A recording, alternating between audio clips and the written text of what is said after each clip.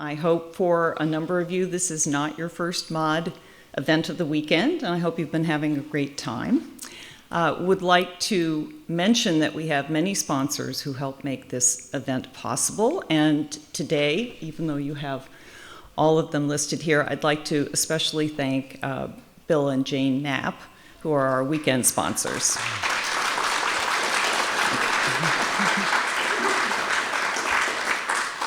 But today in particular, we have our education partner, Ringling Museum, and if you were with us at our opening party on the terrace of the beautiful Cadizan on Friday night, that was due to our partnership. And today, the historic Oslo Theater is our venue for the symposium. So we are looking forward to doing more with the Ringling Museum, and I think Stephen High, its executive director, is here to talk about the next project. So, Stephen. Thank you. So, welcome everybody. It's really great to have you here in our theater. We're very proud of this theater, so please don't be shy. Come back again. We have lots of programs that happen here. So, I am going to quickly go into a project that we're doing. Let's see here.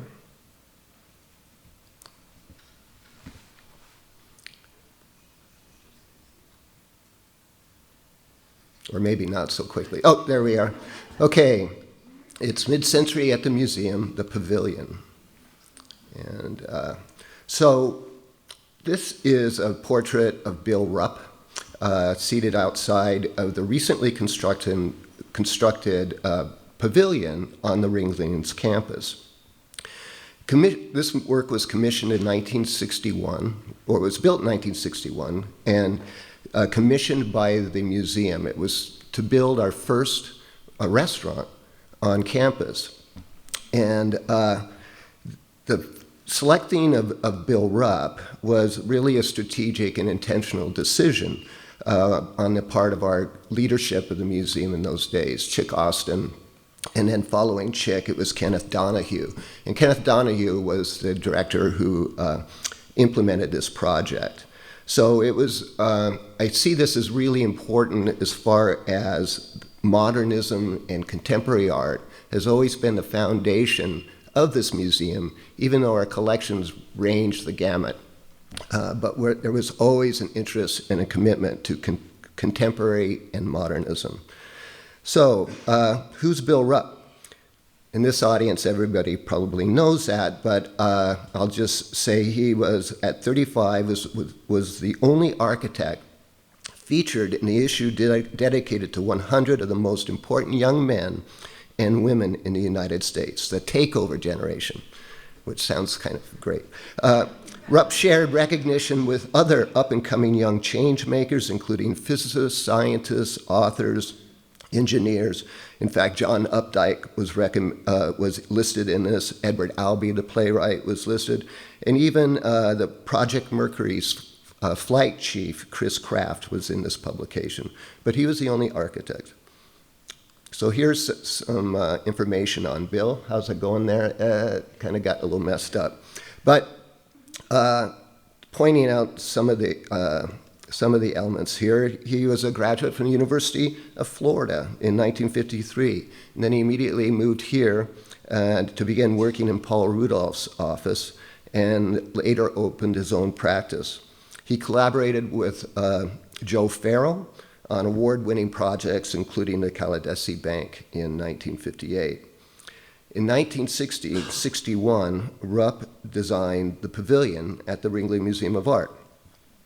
And then in 1965, he moved to Naples, and then on to New York, and then on to Amherst, Massachusetts, where he taught and then eventually passed away there. So why is the pavilion significant? Oh, yeah, there you go. The building was featured in Architectural Forum's August 1961 issue dedicated to new talent for the 60s. The article calls out these key elements of the design. The building's formalism maintains the spirit of its environment. It was built by the maintenance crew and for a modest $15,000, and it looks not at all like a hot dog stand. So in an email from November 20th, Rupp's associate Joe Farrell, and I got the chance to spend time with him those last few years when he was living here. He was working on this project with us throughout. He described the design inspiration this way, using examples from Sir Bannister Fletcher's A History of Architecture, a major reference of architectural history in the post-war period. So Farrell described this style of architecture as modern, Italian, Romanesque/Gothic.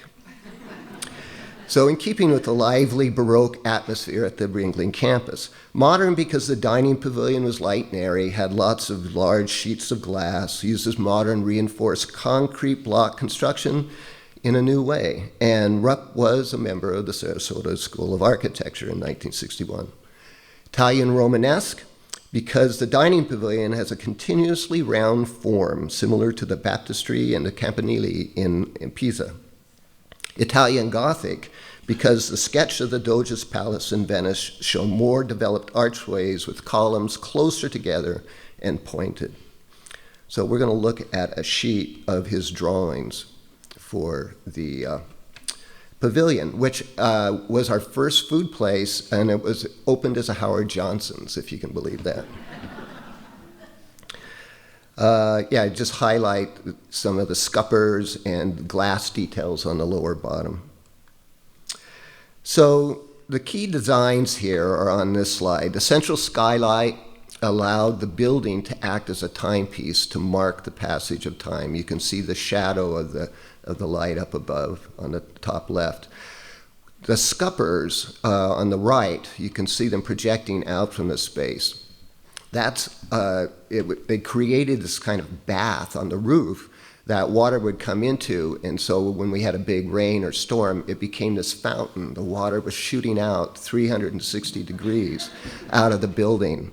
And they were Joe Farrell was talking about they were going to pump it back up, so it did that all the time. Thank goodness they didn't do that. They used creative use of inexpensive materials, like it was $15,000. It was concrete masonry blocks, and it was installed by our staff at the time. 2 people built it. And the drapery at the ceiling level recalls the Big Top, and it's right across from what was then the Circus Museum.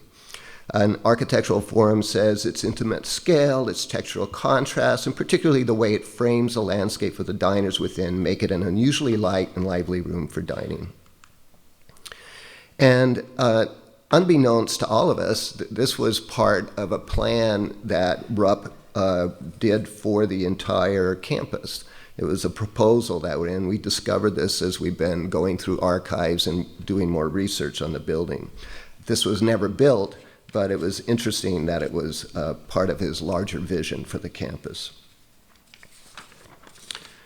So let's look at a short history of the pavilion. So the pavilion was our only food venue on campus, and as the museum grew and our audiences grew, they needed to add more space. So rather than building other places, they just added to this in a really horrific way. They added a porch, they added a kitchen that has all the equipment on the outside roof, so it's really ugly. And then they created kind of like a tiki hut look. So I've been wanting to get rid of that since I got here 11 years ago. And finally we're getting ready to do that. So these are some historic photos of the building. And I want to note these fabulous light fixtures. You know, probably it's on our campus somewhere because we never throw anything away, but we can't find them. So if anybody can give us clues as to, you know, what catalog in the 60s you would have bought these from, because they're really pretty awesome, and you'll see a color picture in a little bit. So also I want to point out the tulip chairs and tables there by Saarinen Design. And then this is how it looks today. Actually, it looks worse because we took the Banyan Cafe off, and you don't see the kitchen. but you know, the bones of this building are still there. And so we will be bringing it back to this over the next, we hope within the next year and a half or so. Still, we have to raise money, just raising that issue. But we're really excited about moving forward on it, and I think I have one more slide. Yeah, go ahead and move it. Yeah, and I just want to thank all those that helped us put this together. So with that, I'll let you get on with your conference. Thank you for giving me the time to present this new project, and look forward to seeing you here at the museum whenever. Thanks.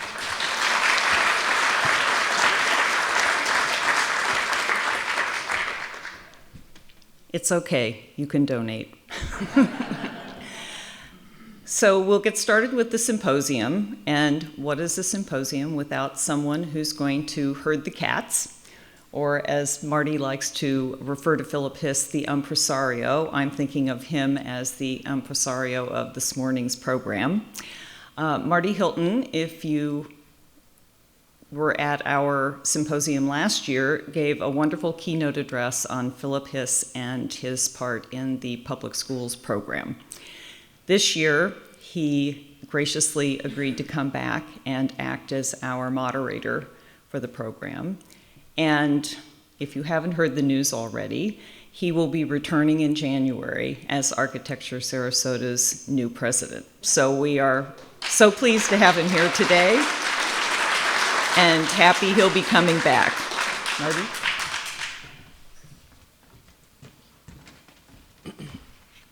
Good morning.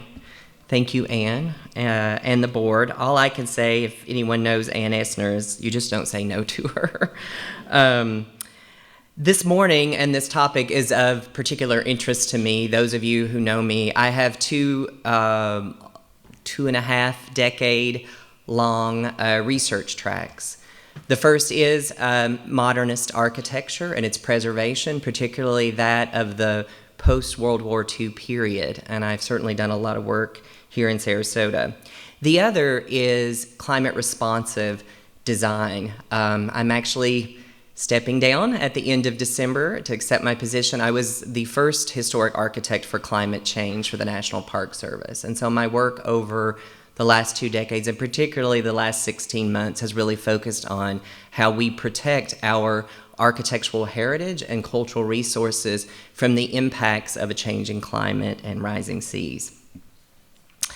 As described in the introduction of the Tropical, Modern, Climate and Design exhibition currently on display at Architecture Sarasota's McCullough Pavilion, and I quote, "One of the primary factors shaping the design of great architecture is site specificity, what we might refer to as the environment in a larger sense. Not only the immediate terrain and atmosphere, earth, sky, water, light, air, but also the larger context of culture, history, tradition, and lifeways." The exhibition explores a range of architecture movements across the subtropics and tropics that can be described as critical regionalism. Leading historian of modernist architecture, Kenneth Frampton, has described critical regionalism as an attempt to, and I quote, mediate the impact of universal civilization with elements derived indirectly from the peculiarities of a particular place. Frampton precisely puts forward place-based factors such as topography, climate, light, and material, and he advocates for architects to combine these with a feeling for the tectonic aspects of architecture. So just to frame our conversation this morning for our 5 remarkable speakers, the tropics that we're referring to are the region girding the globe between the Tropic of Capricorn and the Tropic of Cancer, and also the subtropics. The region extends from approximately 20 degrees to 34 degrees latitude, and it happens to constitute over 40% of the world's population. The particular environmental conditions shared across this zone, strong sun, high heat, alternating wet and dry periods, drive a similar set of needs met by site-responsive design. The application of modernist design principles to address the specific climate and place of Sarasota was a hallmark of the Sarasota School. As post-war American architects began to adopt and transform the ideals of early modernism, designers, including Paul Rudolph, promoted a regionalist approach informed by vernacular buildings, among other examples. In his 1959 article, The Form of the City, Rudolph explained, "We must search for the innate possibilities of a given site or climate and the regional characteristics of vernacular building. Every city has its own unique scale, proportions, and materials. Traditional methods of building quite often are still the most economical. One doesn't always have to put up a curtain wall." Rudolph's interest in traditional structures was shared by, and yes, I like to refer to Hiss as the impresario, Philip Hansen Hiss. Hiss and Paul Rudolph's first collaboration was the aptly named Umbrella House, 1953, which many of you might have seen yesterday on Lido Shores. A 2,000 square foot, two-story structure organized into 3 bays. The house's character-defining feature is that 3,000 square foot lattice-work parasol, a separate structure extending over and shading the adjacent exterior living area and swimming pool. If I can have the, let's see, get the next slide. Hiss's approach to environmental conscious climate responsive design was inspired, at least in part, by his extensive travels that included Bali, the Dutch West Indies, and South America, to name a few. In his own house, which is shown here, and his studio, which was just across the way, were raised off the ground on round columns referred to as pilotis. And in 1954, Hiss explained, in his quote, "Stilled houses are an old trick in native tropical architecture. They give you 2 things worth getting. 1, shady place underneath. 2, more of the breeze that you can't catch close to the ground. Oh, and by the way, they give you a better view." Residential projects of the Sarasota School, like the Umbrella House and the Hiss residence, as well as his studio, inform the architecture of the Sarasota public school program as well, and many of the schools incorporated deep roof overhangs or shades that modulated daylight and sliding glass walls and operable transoms. As many of you know, it's been a passion of mine to document the schools of the Sarasota School. So, this morning, the critical nature of adapting buildings to their specific environment, I'll give you one last quote perhaps from his. "The degree to which people are adjusted to their environment is the true measure of their happiness." So, we have 5 distinguished speakers that will examine various physical, sociocultural, political, and other aspects of tropic and subtropical modern. Our first speaker is Dr. Daniel Barber. He's a professor at the University of Technology in Sydney. His work focuses on the intersection of environmental technologies relative to modernism and evolving climate strategies relative to design practice. He is author of Modern Architecture and Climate, Design Before Air Conditioning, and A House in the Sun, Modern Architecture and Solar Energy in the Cold War. Please help me welcome Dr. Daniel Barber.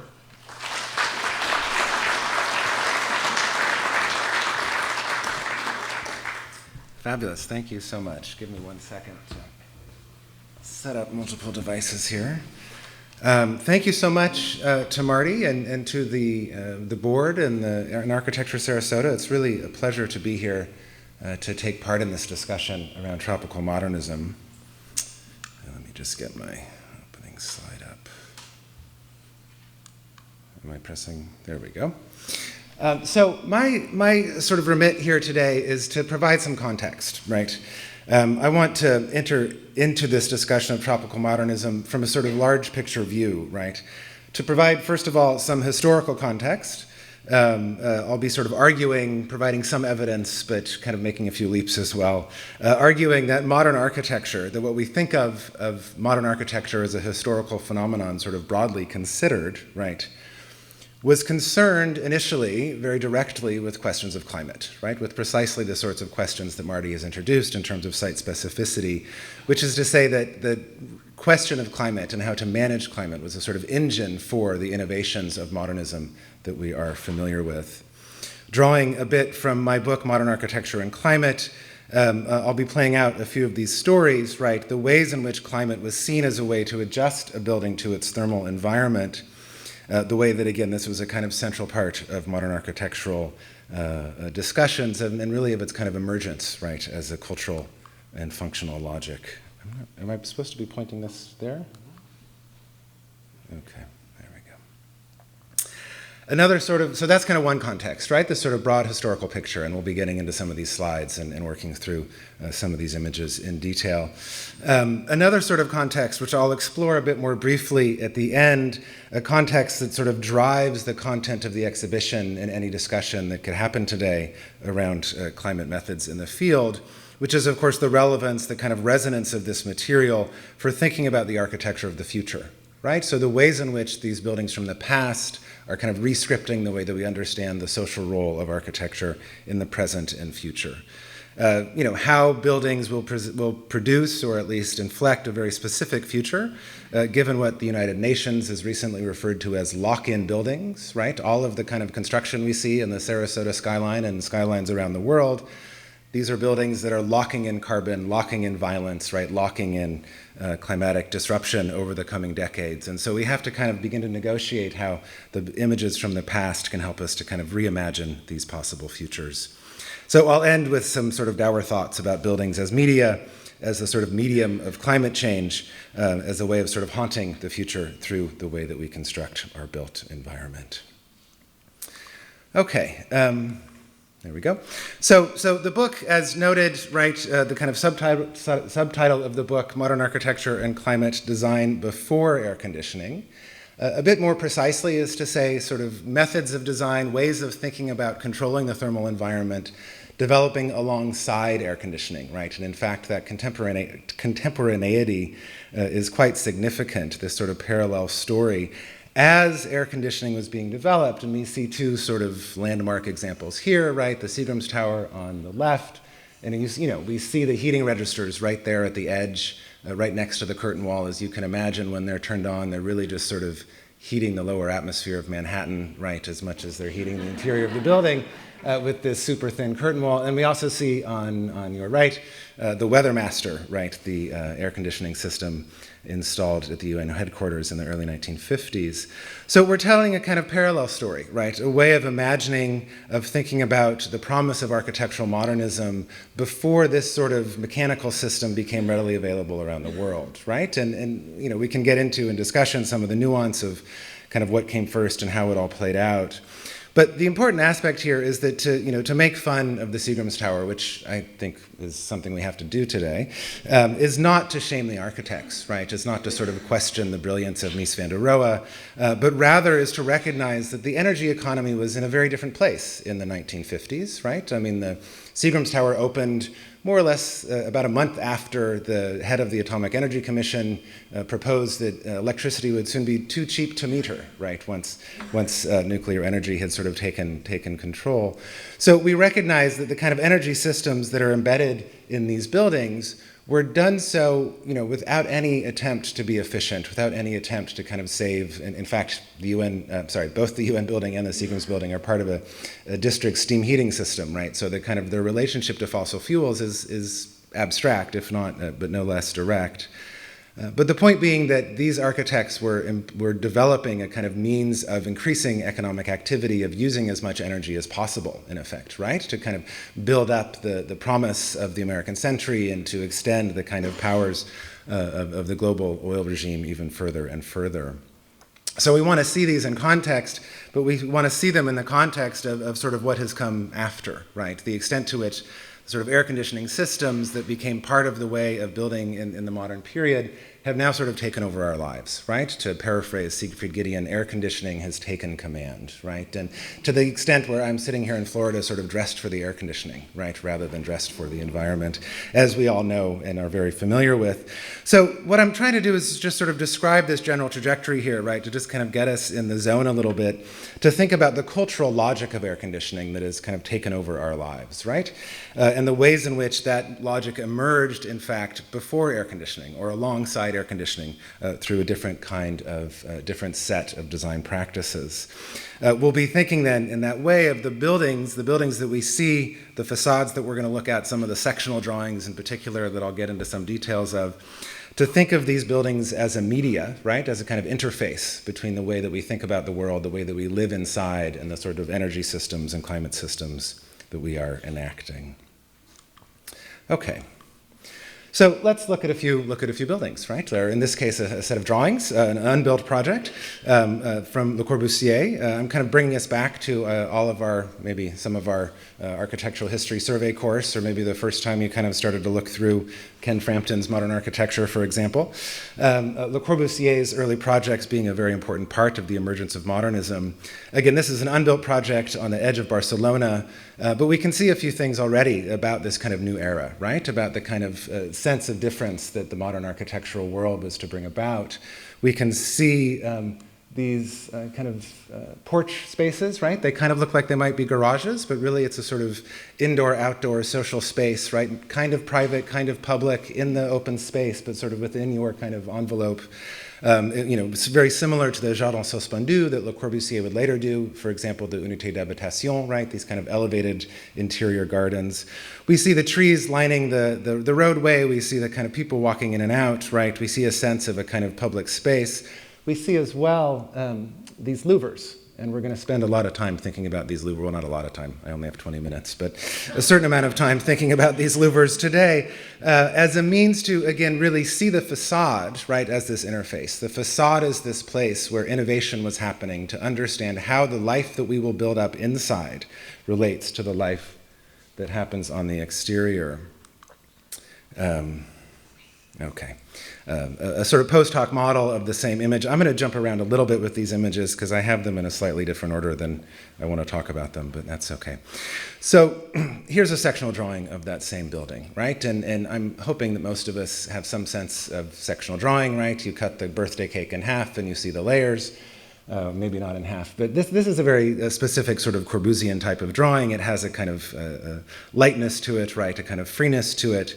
What we're seeing in part, we're not seeing the louvers here, we'll get to them in a second, but we're seeing the ways in which the air is kind of able to move through this building, right? It has an open staircase in the back that acts as a flue, a sort of drawing the air out from the interior. So we can see this kind of very simple way in which ventilation is being induced, right? We see this kind of speculative imaginary here on the roof of some sort of green roof, some sort of garden area.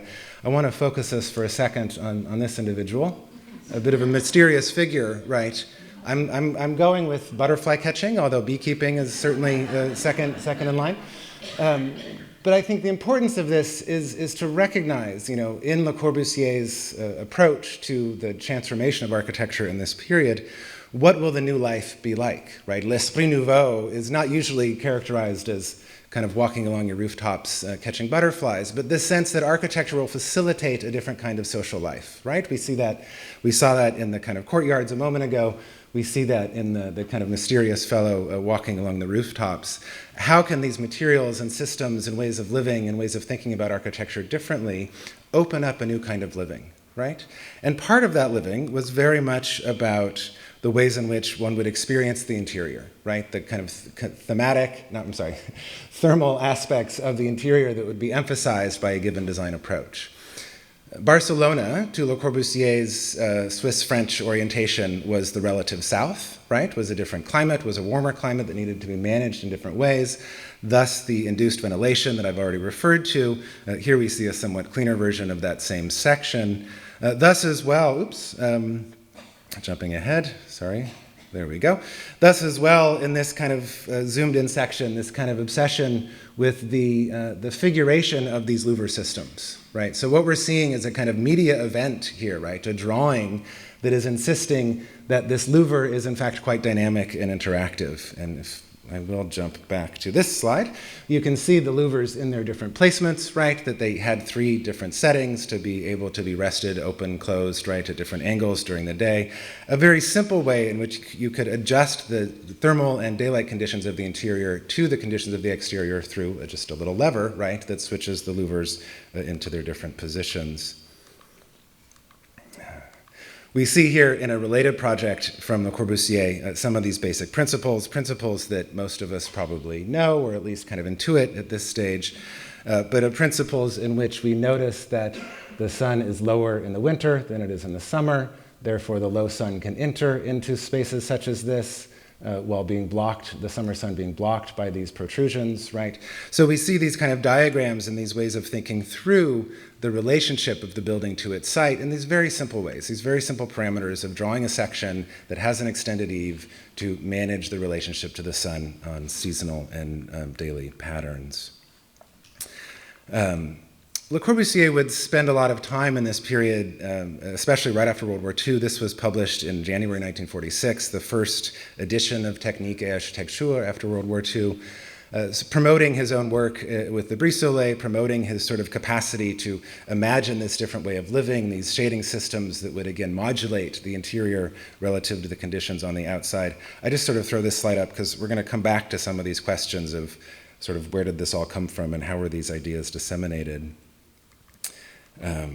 Because it takes us to a different set of stories, right? And the second kind of episode I want to talk us through after that kind of originary moment with Le Corbusier was the expansion, what I like to think of as the globalization of the international style as some of these modern ideas circulated through Brazil, right? Now, I'm not going to get caught up today, although I do in the book, with sort of who came first, right? And of course, that slide I just showed of Le Corbusier demonstrating all the different brise soleil, different shading systems that he was deploying. Much of that knowledge came from his Brazilian colleagues, right? And we can sort of, duke that out a little later if we want, in terms of recognizing that Brazil was in fact a site for the emergence of modern architectural ideas, right? More than it was a reception of ideas from France and the US, right? And so one of the sets of ideas that emerged from Brazil was how can you best use the facade as a system to adjust the thermal conditions of the interior relative to the changing patterns on the exterior, right? So we see in this image, and we'll see a couple of these, but in this one, a real tight kind of concentration of that idea in this sectional drawing, right? So again, I'm relying on your knowledge of architectural drawing systems. Forgive me if I'm relying too much. I'm happy to jump in if there's questions. But in this section, which is a section cut from this facade here, we see a number of different ways in which the user of the building is able to interact with their thermal environment, right? It's almost a scripted interaction. The section is being used, the facade is being used to kind of script a relationship between the thermal interior and the climate outside, right?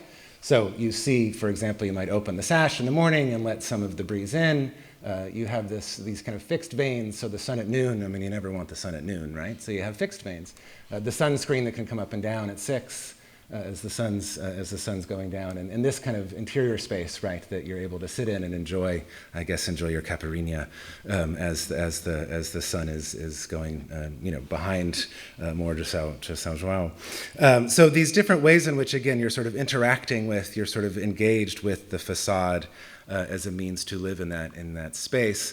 This was an important part of the modernization of the Brazilian built environment, right? An important part of the kind of modernization of architecture more broadly.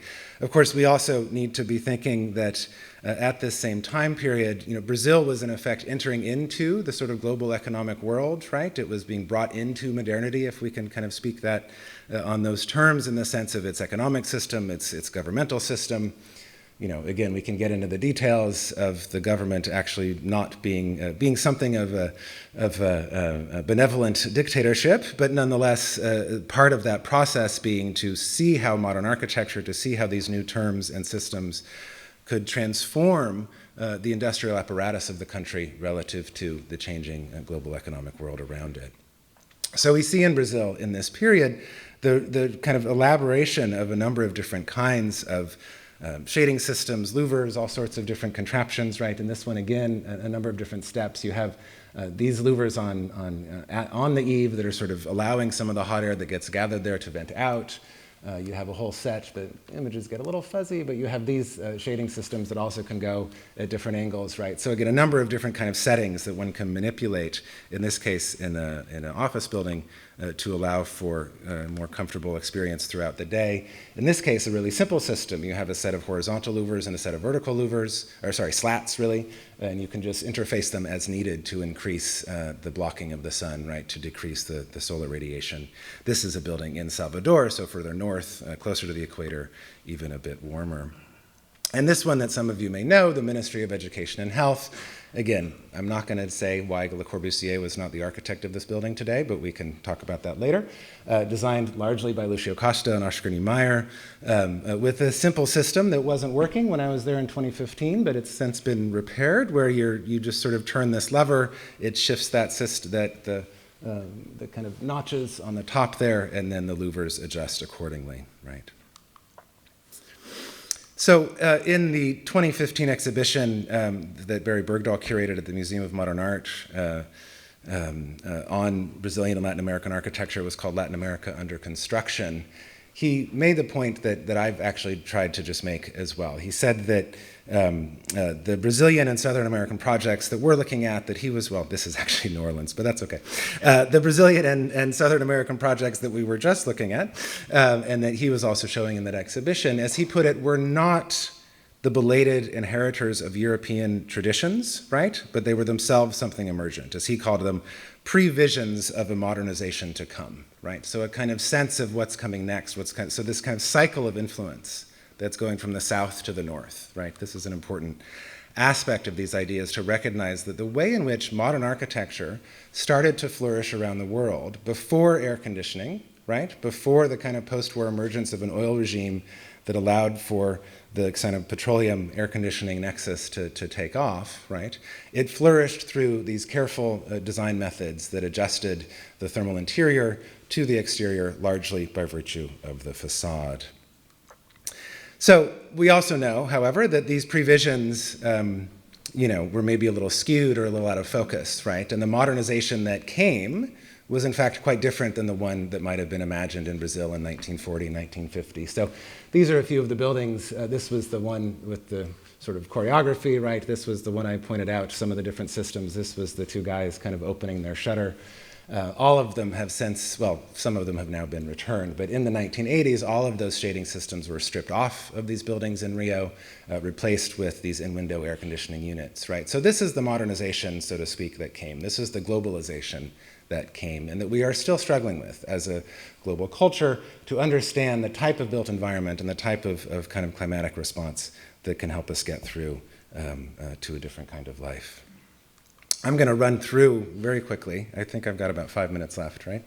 A second example of this sort of climatic method, of this kind of broader discussion of architecture as a climatic project, right? And part of what we're already starting to recognize, I think, is that when we take some of the tropes of early modernism, glass, concrete, and steel as the means of building these new types of structures, those materials, those elements really frustrated a lot of familiar patterns, some of the regional patterns that have been discussed, that have kind of been regenerated over the recent decades, frustrated a lot of the familiar patterns of building and living, right? That you no longer had the shading systems, and you no longer had the extended eaves when you were trying to work with an air-conditioned site. So a lot of what we're watching is a way in which these vernacular strategies were modernized, in a sense of kind of given a set of computational values, given a set of material systems in terms of glass, concrete, and steel, so that they could then be kind of manipulated back to the conditions they were in previously. Aladar and Victor Ogyai, two Hungarian emigre architects who worked primarily at Princeton University, also at MIT, very focused on developing a kind of methodological system that would allow for these kind of climatic aspects to enter into the broader architectural discourse. In the exhibition at Architecture Sarasota, there's a reference to the climate control project that came out in House Beautiful magazine in the 1940s. Here's an image from that begins to demonstrate both the kind of frustration with how do we understand climate, how can architects understand climate here in this pre-computational moment. They initially thought that they would be able to estimate 4 different climates around the US, right? North, south, east, and west, no problem. Quickly became clear that the kind of microclimatic aspects of a given site, the kind of site specificity, again already referred to, changes that equation quite dramatically, right? So here we have an attempt to kind of model the climate of New Jersey for architectural purposes. And you can see all the different kind of cross shadings and overlappings, like, you know, it's a little colder here in the winter, it's a little warmer here in the summer. There's not really a standard version of New Jersey, it turns out, on specific climatic terms. And one could say the same, of course, about Florida and Kentucky and any other place. So a real challenge in kind of developing new kinds of knowledge, right, of using images to kind of think about how can we design in a way that's most appropriate to a given climatic area. So this was the Ogyay's, again, just pre-computational kind of algorithmic system that I'm not going to try to explain because that would take us another couple of hours, that allows us, that was their sort of method, their kind of step-by-step system that said, here, once you choose a given site, right, here's how you accommodate your building to the climatic conditions in which it sits. And I emphasize the pre-computational aspect because, in fact, one of the first CAD-based environmental performance softwares, known as Ecotect, maybe some of you used it at some point, was developed by an architect in Western Australia directly from the Ogyay's fit work from the 1950s, right? So this knowledge has been coming back in very instrumental ways in this sense, in the case of these computational systems. The Ogyay's were very involved in a wide range of sort of experiments and elaborations of these different ideas, really focusing on articulating what ended up being called the comfort zone, right? A kind of concept that we can start to relate to, again, kind of come back to the ways in which we live in the present, to recognize that a lot of the kind of building environments, the kind of ways of manipulating an urban plan, or sorry, a building's plan, or the kind of its relationship to the site, really tend to sit down and kind of hit home when we talk about the question of comfort and how we feel inside that space. This is one of my favorite drawings of theirs, just for its kind of visual dynamism, right? I mean, this recognition of all of these visual tools, that these new types of modes of representation that had to be invented, right, to help us understand the relationship to climate. Of course, one of the Ogyay's clearest principles was to always block the sun before it enters the building, right? So curtains are not climatic in their mind frame. You have to have the blocking has to happen on the exterior so that the radiation doesn't already come in and start heating things up. But the point to clarify here relative to the comfort zone is a recognition that part of what the Ogyay's were trying to produce through their different systems and methods and diagrams, right, was a way of summarizing, of amplifying, of understanding the conditions on the interior. And here we see in their kind of best known drawing, a very comfortable individual, relaxing, smoking his pipe, reading a newspaper, nothing to bother him, right, all of the it's not sultry, right? It's not raw, it's not raining, it's very comfortable within this space, right? So this comfort zone that was in fact conceptualized as part of this method of designing for climate without air conditioning, right, was soon then kind of drawn from this sort of diagram into the sorts of images that we were seeing before, jumping forward to them, right, was drawn from that sort of diagram into this sort of experience, right? The comfort zone that was then mechanically reproduced with, of course, significant costs for our fossil-fueled environment. So I just want to end with that sort of idea, right, that the ways in which we sort of imagine ourselves as comfortable is one of the things that architecture is encouraging us to think about differently, right? And I think a lot when we think about the different tools that are now being used to accommodate a given design, to adjust a given design to its regional environment, we think not only about how that building can produce a different kind of interior, but also how we can live in that space differently, right? How we can kind of understand and experience that interior as a thermally dynamic space, right? That a lot of the challenge that we're facing relative to architecture and climate change is the fact is we as individuals have been conditioned to live in a certain type of thermal environment, right? And as we face the challenges of reducing carbon emissions over the coming days and hours and years and decades, that capacity to kind of be more flexible within our own expectations, within our own experience of the interior, will be crucial to reducing carbon emissions going forward. So looking forward to the discussion. Thanks again for the opportunity.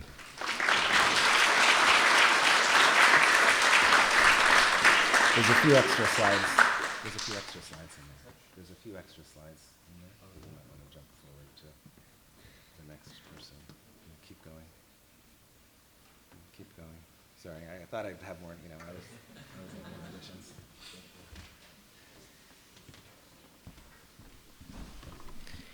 Thank you, Daniel. Our next speaker is Dr. Vandana Baweja. She's an associate professor at the University of Florida. She's trained as an architect and historian in New Delhi and London, and her research areas include global histories of tropical architecture, histories of sustainable architecture, and their representation in film and photography. Join me in welcoming Vandana.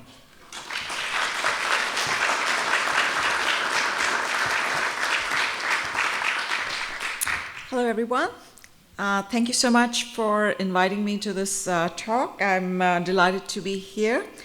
And I am going to talk about tropical modernism from a global perspective and how vernacular architecture has informed some of the modernist prototypes that we have and colonial legacies of tropical modernism. So this is a map of the tropical region, which it's a meta category that includes a number of regions of the world. So the tropics are anything but homogeneous. You've got hot, dry tropics. You've got humid tropics, and within that, if there's a tremendous variety of microclimates. And so the term tropical or subtropical architecture is a meta category, but what it essentially means is a distinction from the kind of modernism that developed in colder climates, where you would have a hermetically sealed glass building which was designed to hold heat, and as opposed to that, tropical architecture is an architecture that has a different facade condition, a facade that's adjustable, that's porous, that's constantly changing to the external conditions, whether it's to control incoming solar radiation or natural light, illumination, or whether to let in breeze, block hurricanes. So tropical architecture is something that has really a dynamic facade or a building envelope. And when we look at the history of tropical architecture in Florida, we typically treat Robert Law Weed's Florida Tropical Home, which was exhibited at the Century of Progress Fair, World's Fair of Homes in Chicago, as sort of the ground zero of tropical architecture in Florida. However, this was designed for winter tourism in Florida. It's a house that has a number of terraces which are designed for sunbathing, and this is quite different from the kind of post-war tropical architecture that would develop in Florida. So I'd like you to keep this in mind, and let's look at some of the changes that took place in the development of the idea of tropical architecture in Florida. So, as I mentioned, this was Florida's official entry for the 1933 Century of Progress homes, and it was one of the few homes that was actually sponsored by the state to encourage tourism in Florida. So the idea of the tropical home was very closely tied with the identity of Florida as a climatic destination. And I want to now take you to a very different part of the world, India, which is where I come from. I grew up in India and,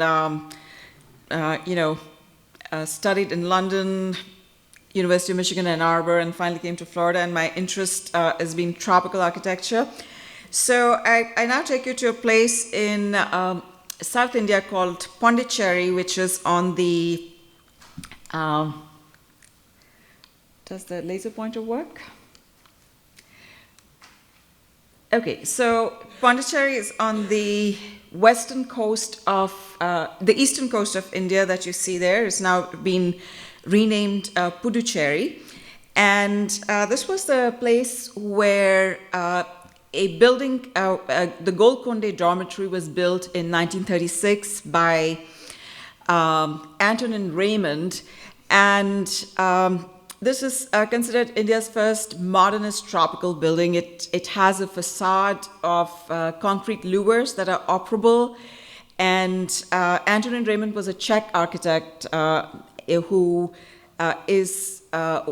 became famous for his collaboration with Frank Wright in Japan. He's built a lot of buildings. His bulk of his work is in Japan, and he did this building in India for Aurobindo Ghosh, who was a spiritual leader, a fighter, a freedom fighter for nationalism, Indian nationalism and independence. And this was the ashram in Pondicherry. And what Raymond did was he used a number of principles that would then become foundational tenets of what we call tropical architecture. And here you see the, sorry, I'm trying to make the laser pointer work, but does it not work? Oh, this one, okay. Sorry, I was pressing the wrong thing. No wonder my slides were going all haywire. So, so what you have here in this building is you've got a double roof. So you've got a little bit of an airspace between, you've got the actual ceiling, and then you've got these concrete vaulted layer on top, and so the air could flow through this. And you also have this facade, which is a concrete screen with operable louvers, and then this is actually the corridor of the dormitory. These are the rooms where you have sliding screens and doors in the Japanese tradition. So you see this really remarkable building, and I stayed here in 1996, and it worked well without air conditioning. I don't know what's the air conditioning status now, but so you have, if we look at this plan here, you've got buildings that are just, oops, something doesn't seem to be working. Forward, please, if you, no. I had an animation here that doesn't seem to be working. If you just click. Okay, so if we look at this plan here, it is one room deep. So if you look at this, this is the outline, and you've got, this is the beach here. And so you've got breeze that comes in here. These are the corridors. So this is what we call a one-room deep plan, which would then become a standard practice of a lot of architects working in tropical regions in India. And, there, it works now. So there you see like the two sections where you've got the building depth that's just one room deep. And so let's look at the work of other tropical architects around the world. And we've got the husband and wife team of Maxwell Fry and Jane Drew. They designed a number of education and cultural institutions in West Africa from 1946 to 56. So here you've got tropical architecture in the context. It was very closely tied to the developmentalist agenda. These are all decolonizing regions of the British Empire, and a lot of these countries embraced modernism and tropical architecture as an architecture that held the promise of a new nation, independence from British rule, even though it was designed by British architects with a very neo-colonial agenda. However, these buildings were, they have this kind of a breathing envelope which is open, through which you can control sunlight coming in, you can control breeze, and you can really interact with your environment in a very dynamic fashion. And here you see the dormitory block and chapel at the Wellesley Girls' School in Cape Coast, Ghana. And this is the University College Ibadan in Nigeria, 1955, where you have this concrete screen. And you see this in several buildings in the tropical region around the world. For example, the US Embassy in Delhi, which was designed by the architect Edward Durrell Stone. So this kind of a screen or perforated facade became very popular in the 50s. And when you look at this building in the context of Delhi, it also resonates with screen facades that you have in vernacular architecture, which is known as jali. So this kind of a perforated screen that Durrell Stone was referring to is derived from jalis, which are very common in the arid regions. If you've ever traveled to Rajasthan or Agra, you see a lot of jali in the architecture. And this resonates with people in India in terms of it's sort of a double reference. So when I grew up looking at this building, I thought, wow, this is an abstraction of Mughal architecture in India, like you see these screen facades. But as I traveled across the world, I would find this kind of facade conditions in different parts of the world to realize, well, this became a global phenomenon at this time. So, and much later, I'm sorry, this image just somehow turned out to be very grainy, but I actually have a very beautiful image. This is the Bishop's College in Colombo in Sri Lanka that was designed by the Sri Lankan architect Geoffrey Bawa, who studied at the Architectural Association School of Architecture. They had a department of tropical architecture.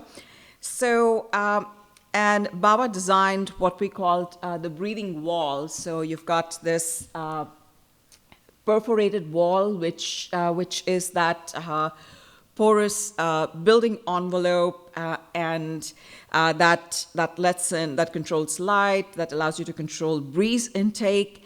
And so a lot of these architects took on the agenda of learning from vernacular architecture. So here we have various examples of, I've just boiled it down to hot and dry and humid, but and I have to say this is very reductive. So if you've got a courtyard house, which functions really well in hot, arid regions, if you go to Western India in the desert climate, or any of the Middle Eastern countries in a desert climate, the courtyard house really works very well because during the daytime, if you're in the desert, you've got protection from wind and you get shade. So the footprint of the courtyard is small enough that you have some part of it that's always shaded. And, oops, I think I pressed something incorrectly. And what you have is, at night, you have a lot of the heat that's trapped in the outer walls is given out, so people would often sleep on the terrace. And during the daytime, this area is kept cool because of shade, and you would often have a water pool, and there's sand around this pool. So if you just sprinkle it with water, this becomes a very cool space. And I've stayed in one of these traditional houses. It's called Haveli in the arid regions in the desert in India, in the Thar Desert. And the courtyard works very, very effectively. And during this time, the 50s and the 60s, architects were beginning to learn the physics of vernacular architecture, so to speak. So, how does the heat exchange work through these building strategies? And so we've got, if we look at the overall town plans, this is an abstracted image from Bernard Rudofsky's photographs. So Rudofsky did an exhibit in MoMA called Architecture Without Architects, and this is this is an abstraction of one of his photographs that gets published in a number of publications on architecture and climate. So this is an aerial plan of a hot, dry settlement where you see all the black are the courtyards. And so you see this kind of an organic settlement where every single house is organized around a courtyard, and this whole settlement works on the principle of shading and the physics of the courtyard. Now, if we look at some examples from hot and humid climates, these kind of like porous building envelopes. This is Dewey Wharf. This is from the book published by Jane Drew and Maxwell Fry on tropical architecture in the 1950s.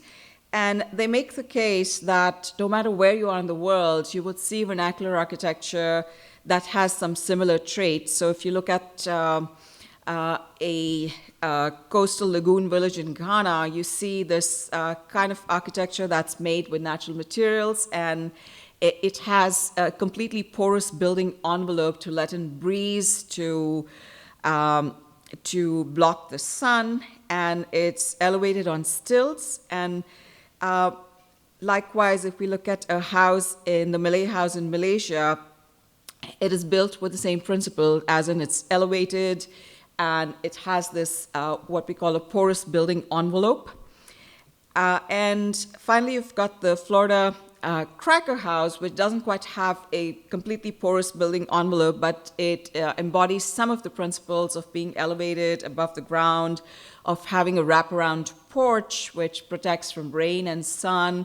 And some of these principles then start getting codified as tropical modernism, as we see. So let's look at some of a few of the vernacular archetypes that Florida architects held in high esteem. So this is an example of Spanish Creole architecture in British Jamaica, and what you see here is the whole sort of porch, which might have been open earlier, is now enclosed by jalousie windows, jalousie shutters, which are wooden. I imagine everybody knows what are jalousie windows, so I won't explain that. But the other prototype of vernacular architecture that Florida architects were fascinated by was Cracker House, and this is from Ronald Haas's book on the Cracker House, where he explains how the elevation above the ground and the porches around the house, the windows, the way it's oriented for breeze, is built for the Florida climate. Although cracker is a pejorative term, but architects, if you talk to them about Florida vernacular, they would unanimously agree that the Cracker House is designed for Florida's. It's so well suited to Florida climate. And then, of course, there's the chickee. So in the 1950s, Florida architects were really fascinated by the openness of the chickee, and that it would just let the hurricanes go through, and there was very little damage. So if we look at the dilemma of the 50s architect in the 1950s, there was this question of how to resolve the contradictory requirements of letting in breeze versus protecting from hurricanes. And this is the hurricane-proof house designed by Igor Polowitsky. And what he did was he would have these like two solid blocks, and you have an area in the middle through which so if you look at how this functions, you have breeze that goes through the middle area, which is almost screened. But when you have a hurricane coming in, the two solid blocks of the house would block that, and the hurricane would be allowed to go through the middle part of the house, which is something we would find very odd, because now when we think of hurricane-proof houses, we think of something that's completely sealed, and you wouldn't let a hurricane go through the house. But the architects at this time were really fascinated by the idea of the chickee, and that it survived hurricanes much better than any of the other buildings. And they started examining, can we design something like the chickee, where instead of blocking the hurricane, having this tightly sealed box, what if we just let the hurricane go through? And this is, of course, the prototype, the vernacular prototype for this is the Dock Trot House, where you have these like two solid houses, and then you have a breezeway in between through which you let the hurricane go through. Continuing this kind of inspiration vernacular, you see the Cocoon House, which is again elevated, and you see that like porous building envelope. And of course, Igor Polowitsky's Birdcage House, which is one giant screen porch, which kind of lets the hurricane go through and you supposedly just replace the screens if they get damaged in the hurricane. And this was published in the Life magazine in June 1950, as it captured the imagination of the nation. Like, well, you build this very, very open house. And he also built another one of these birdcage houses, which is the house for Mr. and Mrs. Roland Phillips, which was published in 1952. Again, a really, really large screened area, and the legacy of which we have in Florida now is like these screened swimming pools and large areas, but then we have a house that's hermetically sealed next to that. Another example of this is the Ralph Carter home in Key Biscayne. The architect was Robert Little, and you see that same phenomena that you have, like these two vaulted areas where you store all your belongings, and then you just let the hurricane pass through this open area of the house, and this is what the house would look like. And this is the Alfred Parker home. That was the House Beautiful. That was the House Beautiful Pacesetter home, and so what Parker did was he got these Persiana doors from Cuba, and you see these shutters, and these shutters had different sort of panels that you could close them, you could leave them open, you could do all kinds of things with them. And finally, this is the house at Atlantic Beach, Taylor Hardwick Architects, and again you see this idea of like opening the house to the breeze, which became very, very prevalent.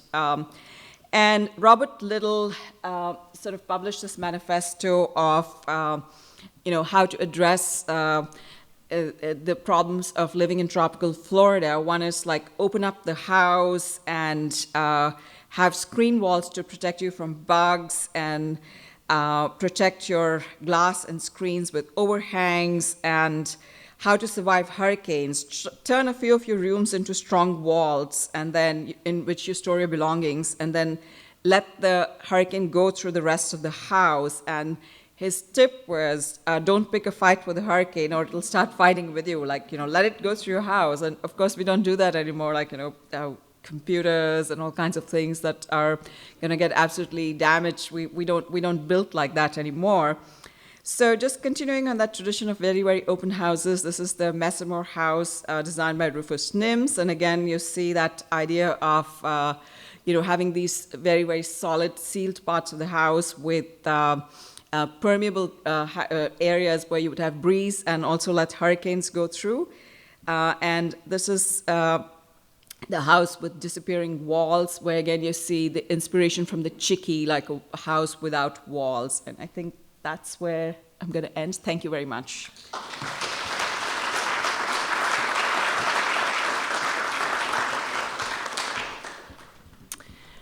Our next speaker is Dr. Sonia Chao. She is an associate professor at the University of Miami. Her work focuses on the area of sustainable architecture, resilient design, and historic preservation. She is on the executive board of the Florida Climate Institute and is the author of Under the Sun, Traditions and Innovations in Sustainable Architecture and Urbanism in the Subtropics. Please join me in welcoming Dr. Chao.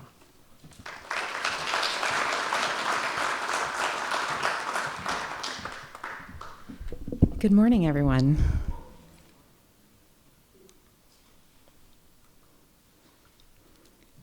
So this morning I'm going to briefly talk to you about conversations at mid-century between architects in Florida and in a place that's dear to my heart, Havana, Cuba.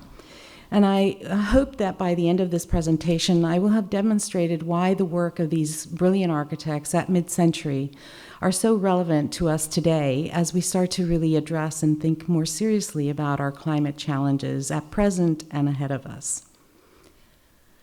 So, of course, the dialogue did not start at mid-century. The conversations between these architects started to happen even before architects were around. In fact, the indigenous people that were living in these areas, in particular the Taino, would go back and forth between Florida and Cuba every season.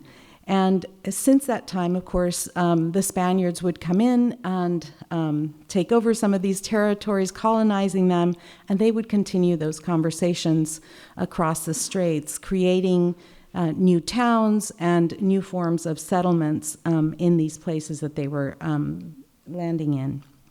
But later on, around mid-century, we do see that there are direct conversations that are being held by the architects, and at times indirect ones, and I'll go into that just a little bit more. Of course, by the beginning of the 20th century, we know that in the case of Havana, the Spanish are no longer reigning over the island, and so there's a new sense of liberty and a real thirst for exploration and innovation and embracing all things that have to do with looking forward, including modern architecture. Communications are facilitated, transportation opportunities are facilitated, and therefore there are going to be ways for them to get together as well at different congresses, for example, that we will see. Now, these two places are rather different from each other at around mid-century, and the reason for that is that they have different urban realities. In the case of Havana, when the Spanish did leave at the beginning of the 20th century, there was just shy of 1 million people living in the metropolitan region of Havana.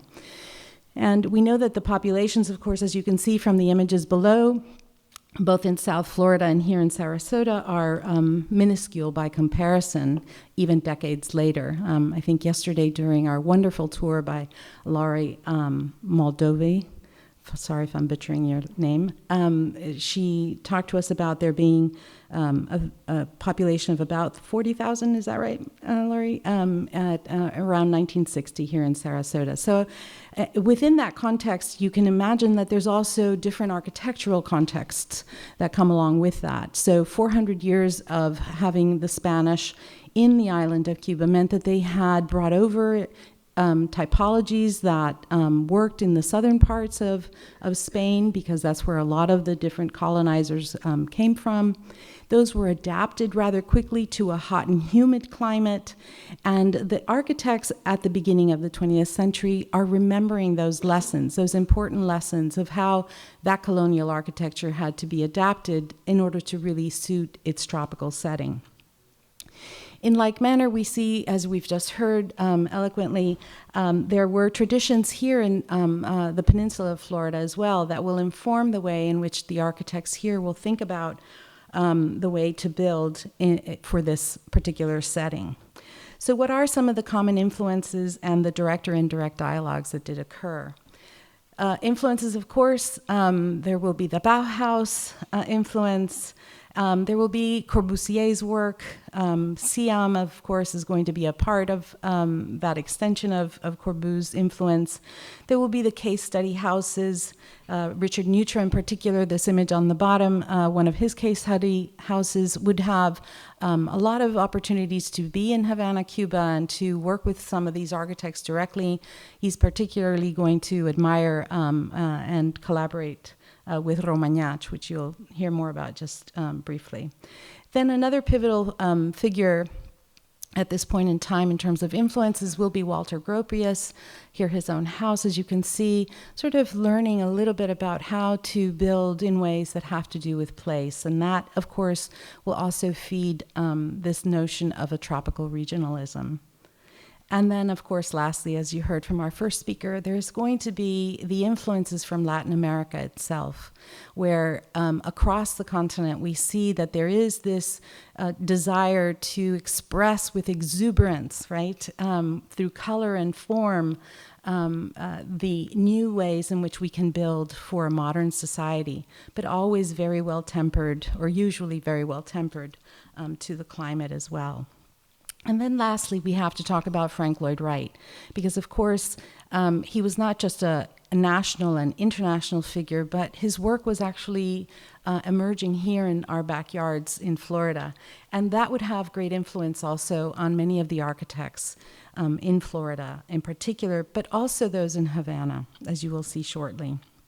And here's an image of the Cuban national Planning Council meeting with, it's actually Jose Luis Sert, although it says Gropius. And then here we have a letter from Gropius to Nicolas Quintana, which is urging him to sort of have conversations with others, enjoying their own conversations with each other.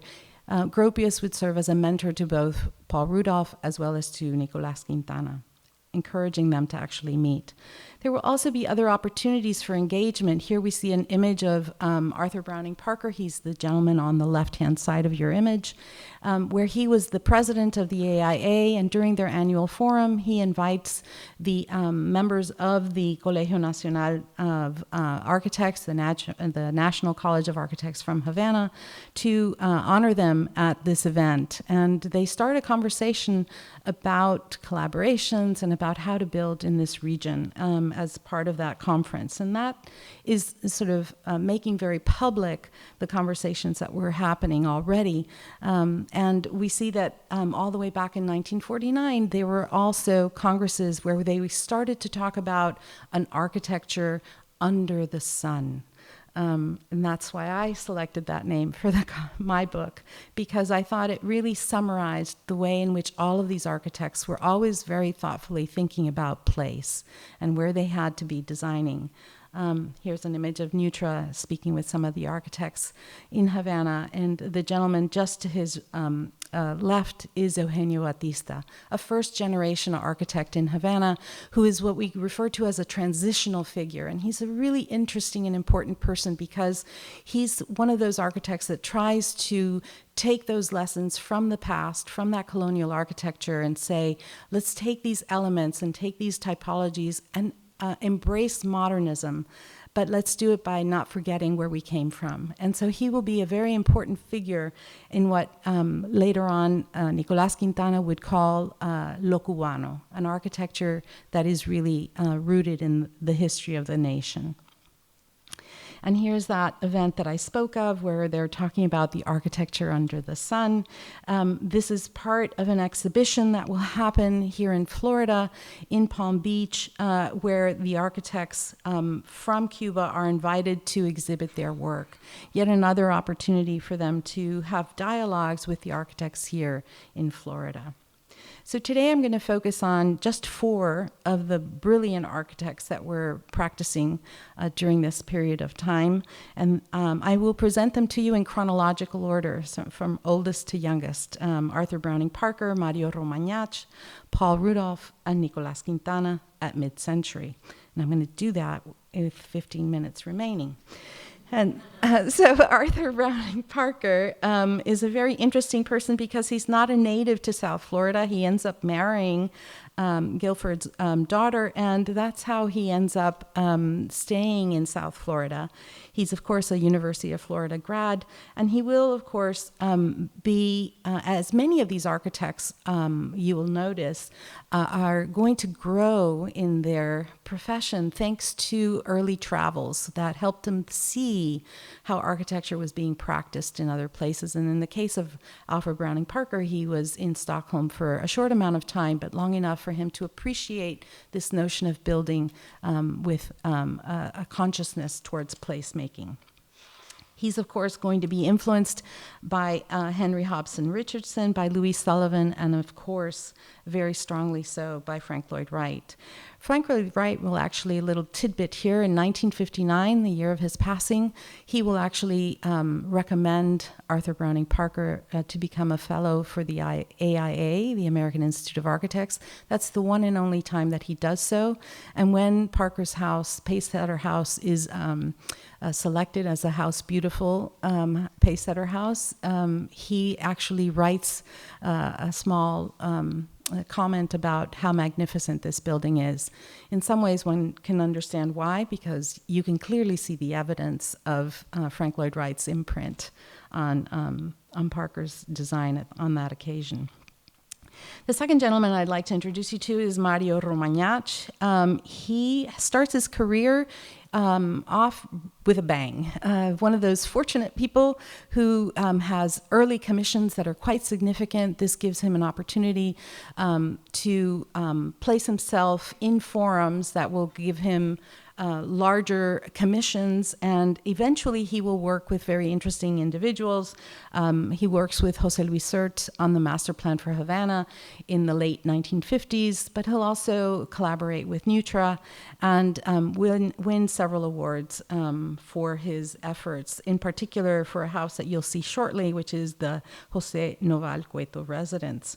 Educated in Havana, he talks about his influences, including Richard Neutra and Walter Gropius. Of course, someone that doesn't need much of an introduction here in Sarasota is the master, Paul Rudolph, a gentleman who, again, is not a native of Florida, but will probably do, in my opinion, some of his greatest work here in Central Florida.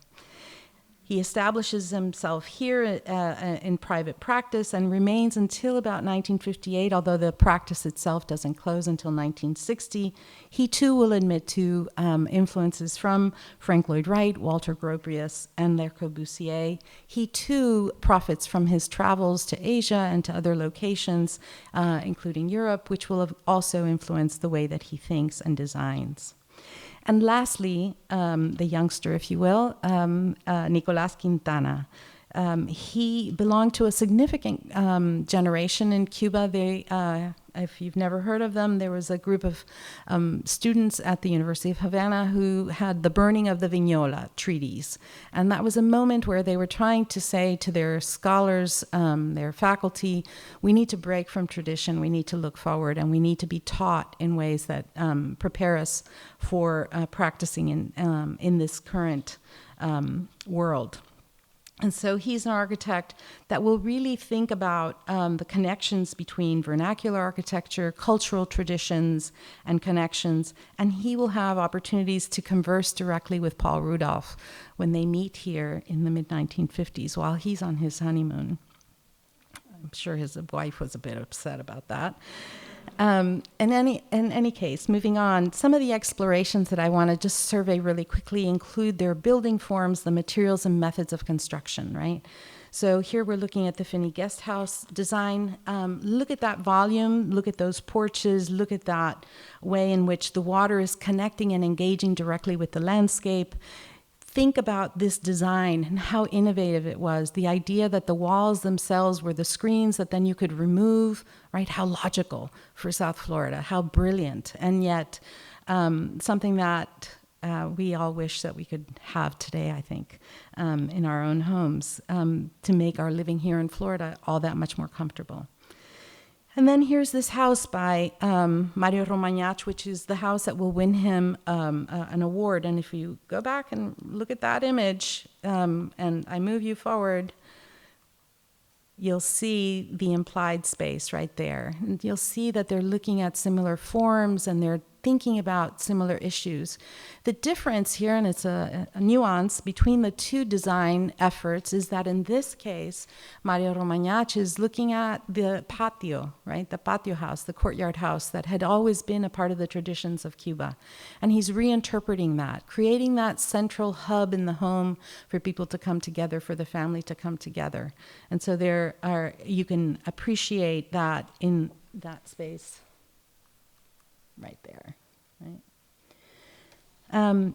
Notice also the wonderful roof line and how it just hovers over the volume, protecting the building and the glass, as you can see rather well, with outdoor porches in many of those spaces as well. Here's another look at that space. And here's the Levengood residence by Paul Rudolph, again, looking at similar forms, right? So we can see these explorations of living in the tropics. And why are they removing these buildings from each other? Well, a lot of it has to do with function, right? But it also has to do with them understanding that the more we can allow for the breezes to come through the building, the better off we are in South Florida. And so that's why, as we heard before, we have these single-loaded building designs and very narrow buildings when possible as well. Notice that they're all being lifted up off the ground.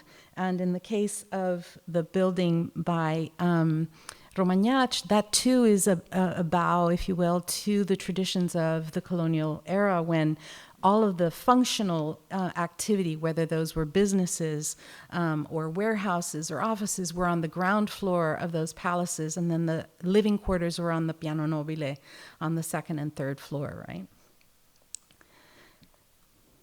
Now, another comparison I'd like to draw between the Sanderling Beach Club by Paul Rudolph, 5253, which we had the opportunity to visit just a couple of weeks ago, thanks to one of its gracious leaders of the new college challenge that's coming up. You can see his design here, how it makes sense. It's very simple, straightforward, like many of his designs are, exploring these forms, right? That they're almost like these waves along the beach side that we can see, built with very simple materials. And here's a house by Nicolas Quintana. The Yacht Club by Nicolas Quintana in Varadero Beach in 1957. Now, the two men we know met, and they talked about their work, their influences, they talked about their common mentor, which was Walter Gropius, and the direction that they saw architecture moving into. And when I interviewed Nicolas for the book, he talked about his great regard and respect for Rudolph's work, and that in some ways this building learned from his innovations of years prior. This is where the building is set. You can see it in the foreground right here. And that's the whole residential complex. These were all bungalows that were designed for the summer. And on the bottom, we can see at the other end of this image here is from all the way up there. And again, we can see the same sort of waves sort of defining these roof lines.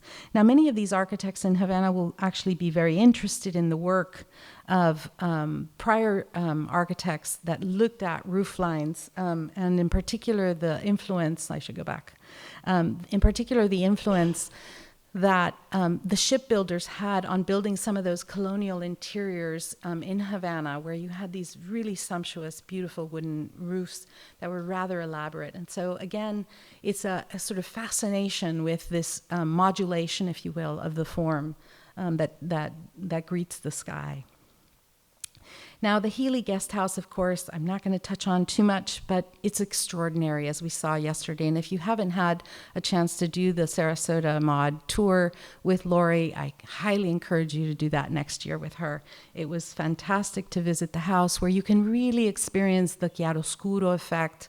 You can see where he understands the relationships between nature, being in the mangroves, understanding light from a very tropical perspective, and how that really is extended into the experience when you're inside of that house. It's really spectacular. But it's novel, not just because of the constructive ways that he applied technology, but also about the way in which he wanted the building itself to interact with the landscape. As you know, there's a catenary roofing system, and what's brilliant about the work is how he marries a very rational plan. It's a very simple floor plan with a building that can also extend out into the landscape. So on the one hand, he's learning from the Bauhaus and the simplicity of form, and on the other hand, he's clearly listening to Frank Lloyd Wright and that notion that we should be having conversations with our landscape. Now here is a house, the Maria Ana Maria Font residence. And again, here I want you to call your attention to the roof line.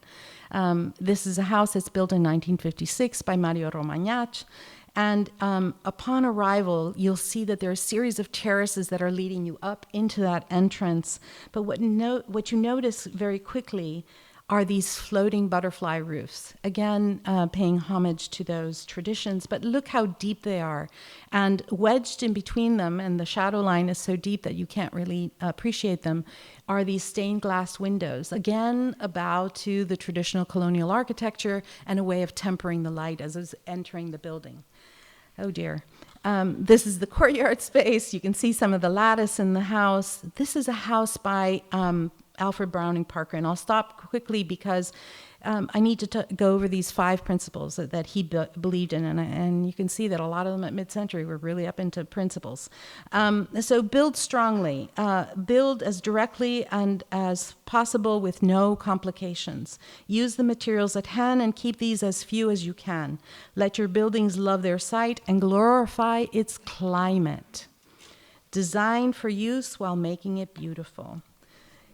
And you can see how he achieved that in many of the buildings that he was designing, right? Clearly understanding how the breezes would go through these buildings, understanding how to use those persiana doors that, by the way, when I interviewed him for the book, he mentioned to me that it was in his travels to Cuba where he was able to appreciate some of these wonderful louvered doors being employed in some of the modern residences, as well as in the Hotel Nacional, which he visited, that he said, I need to have a carpenter like that. Let me meet your carpenter. And he actually had these built in Cuba for quite a while until later on he figured out how to have carpenters in South Florida to do the work for him. And clearly the relations between the two countries sort of expedited that process.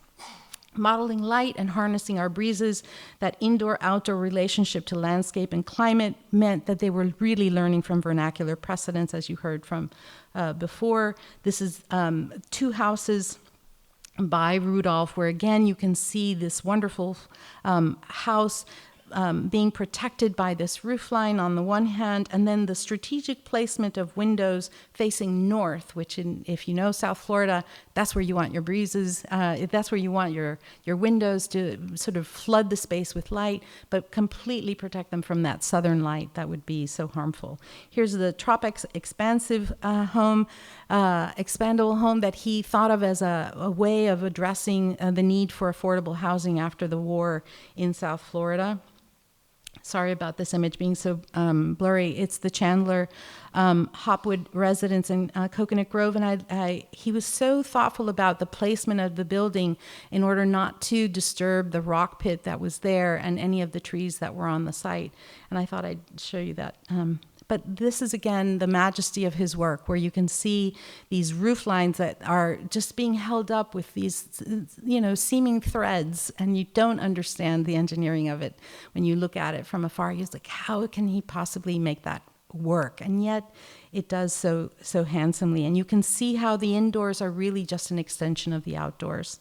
And in the way that he thought about sometimes placing these buildings very gingerly on their landscape, breaking the volumes up so that you had an opportunity to experience that exterior as you were going from one part of the house to another. Something that several of the architects, in fact, at the time were very enamored by conceptually. Here, the Rufino Alvarez house, you can see again these different layers that are being introduced and used to protect us from the sun. This is one of the most significant houses that will be constructed by Mario Romañach, the house for Evangelina Arizgueta. And it's a house where you can see that most of that house is disappearing behind all these doors that open up. They're louvers, and there's this incredible roof that extends it all the way out, sort of embracing the landscape very directly. But one cannot speak about an architecture of this period without talking about Paul Rudolph's Walker Guest House, and of course how he so brilliantly designed this very, very simple form, but with these wonderful sort of shutters that would open up the entire house. And we can see, in fact, that connection and understanding of how the Chiqui huts influenced much of his thinking in this design because of the way it was lifted off of the floor to allow for those floodwaters to go underneath the building, for example. Or here when we're in the cocoon house, in the way that he modulated light. And of course, then there's the umbrella house. How brilliant for him to understand how to put a roof over the roof in order to cool the house passively. And the design of the building, how it's so integrated into that landscape and into that central space where, of course, the breezes could rise and then exit. So these forms are, of course, forms that will, we will continue to see across the tropics in Florida And we'll always find that there are certain elements that start to make themselves always evident. And that's the ways in which they use louvers, the ways in which they use these porches or porticos to protect the outer skin of the building, as well as how they're thinking about the roofing system and the ground floor as ways of lifting the buildings off the ground. And so these are all important lessons for us. I won't go into any of these because I know that there's a paper up there telling me that I need to quiet down. But I want you to think about how all of these houses that I'm showing you very quickly, how all of them are so relevant as we start to think about the ways in which we should be building today, ways in which we should be thinking about how we have a relationship with our natural environment that would allow us to not have to have that air conditioning system on every single month of the year, right? Just think about it. If only a couple of months of the year, I know we live in South Florida and in Central Florida, and it's warm and it's humid. But if we thought about it and just 1 or 2 months out of the year, we were able to go off the grid, so to speak, and not have to have that air conditioning on, how wonderful an impact we would have on the environment by just doing that, right? So thinking about how these designs are relevant today, they're so relevant because, of course, the innovations of air conditioning systems, which happened at the beginning of the 20th century, but into the mid-century after the Second World War became so available across the United States, really changed the way in which we designed. And unfortunately, that's what has led us to where we are today. We know that we're at a crossroads when it comes to thinking about the environment and climate, and we have decisions to make that are hard choices.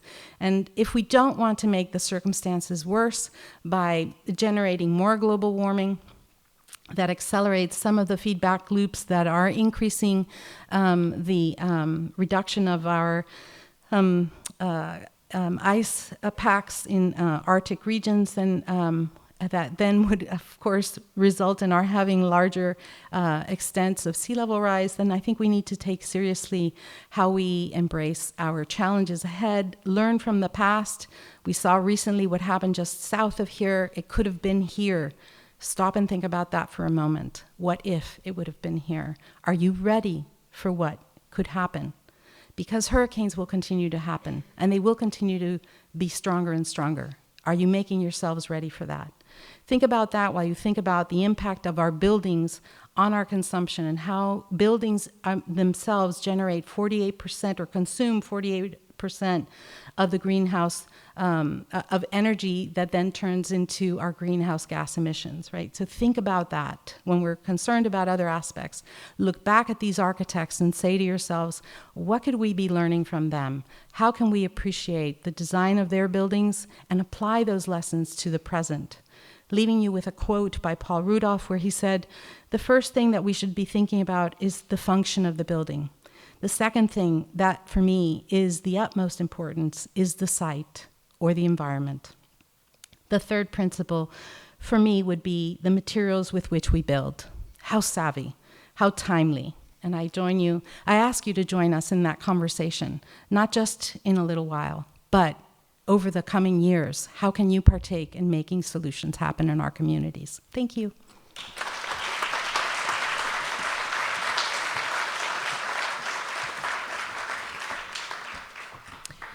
Our next speaker is Robert M., or Bob Rubin. He's both a curator and a historian. He is the editor of Richard Prince, Cowboy, and curator of Richard Prince, American Prayer. He's also the author of An Architecture of Making, chronicling Calder's studio spaces on both sides of the Atlantic.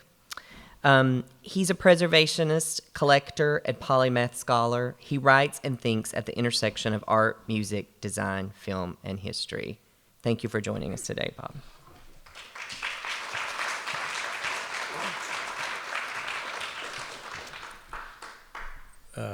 Good morning, everyone. I'm going to try to keep my Indiana Jones shtick to a minimum today and not talk about rescuing the tropical house. Let me get the tropical house up there.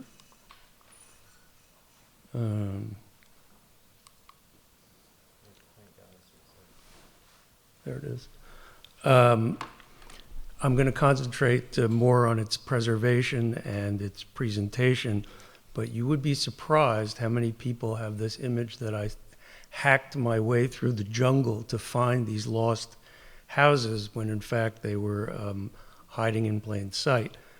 When we talk about the tropical houses of Jean Prouvé, we're talking about either 2 or 3 houses, depending upon how you count. This one was erected in Niamey in 1948, and then 2 interrelated structures were put together in Brazzaville in 1950. But it doesn't really matter how many they were, because the tropical houses are not really houses.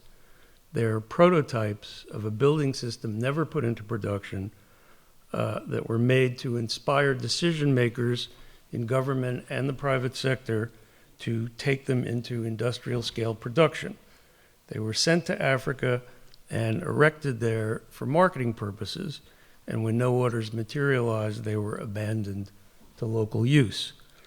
A half century later, their meaning is far more complex. They are iconic, inspirational, and cautionary all at the same time. Ingenious examples of green design before there was such a thing, they have become paradigms of minimalist architecture. They speak to a resurgent interest in prefabrication and the engagement of architects on social issues. Non-site specific, and we've had a lot of discussion today about site specificity, they are nonetheless inextricably bound up in cultural memories of colonial Africa, and they are signifiers of post-colonial failures elsewhere. The presentation of the tropical house has to navigate all of these layers of meaning. Now, Jean Prouvé never intended for his houses to move around. They were intended to be moved once in pieces to an intended site, and he assumed that within a generation they would be obsolescent, replaced by something lighter, cheaper, and easier to put together. In the early aughts, I curated an exhibition at Columbia called 3 Nomadic Structures. And I came up with that because I picked 3 buildings that had been moved a few times in their life. But I don't think that nomad is the right term, because nomads know where they're going. They follow a pattern, which is usually seasonal. Itinerant is possibly a better word, but it still has a connotation of rationality that doesn't really apply here. The fate of most of Prouvé's buildings has been more random. Wandering is perhaps more suitably ad hoc a term, like the Wandering Jew or the Ancient Mariner. These buildings are suspended in a kind of purgatory, compounded by a lack of transparent criteria for the preservation of prototypes of prefabrication, something I've tried to remedy with this project, as well as with Bucky Fuller's Fly's Eye Dome, but that's another lecture for another time. Most important, there is a fundamental misreading of Prouvé's work, which is the fault of the red-hot market for his furniture. In fact, Prouvé was a very political actor for whom design was about making things simply and cheaply using industrial processes. Yes, he made and sold furniture, but this was a profitable bread and butter business that allowed him to underwrite his experiments in industrialized social housing. Unfortunately, today, his buildings are broken up and the pieces sold as decorative elements in fashionable residences in global design centers. That process of fragmentation of his architecture has obscured his significance to architecture. That's why I decided to resurrect the tropical house rather than allow it to be broken up and sold in pieces, despite it being worth more that way, at least at the time. The tropical house is as we see here, is a discrete building that could be made habitable again. But it's a constructive system, and it's a prototype that exists independent of a prototype system that exists independent of any single iteration. That's why it seemed more important to me to highlight the constructive logic of the house rather than to recreate its specific African configuration. In the same vein, the ability to observe the act of assembly would be even more informative than any reading of a completed static structure.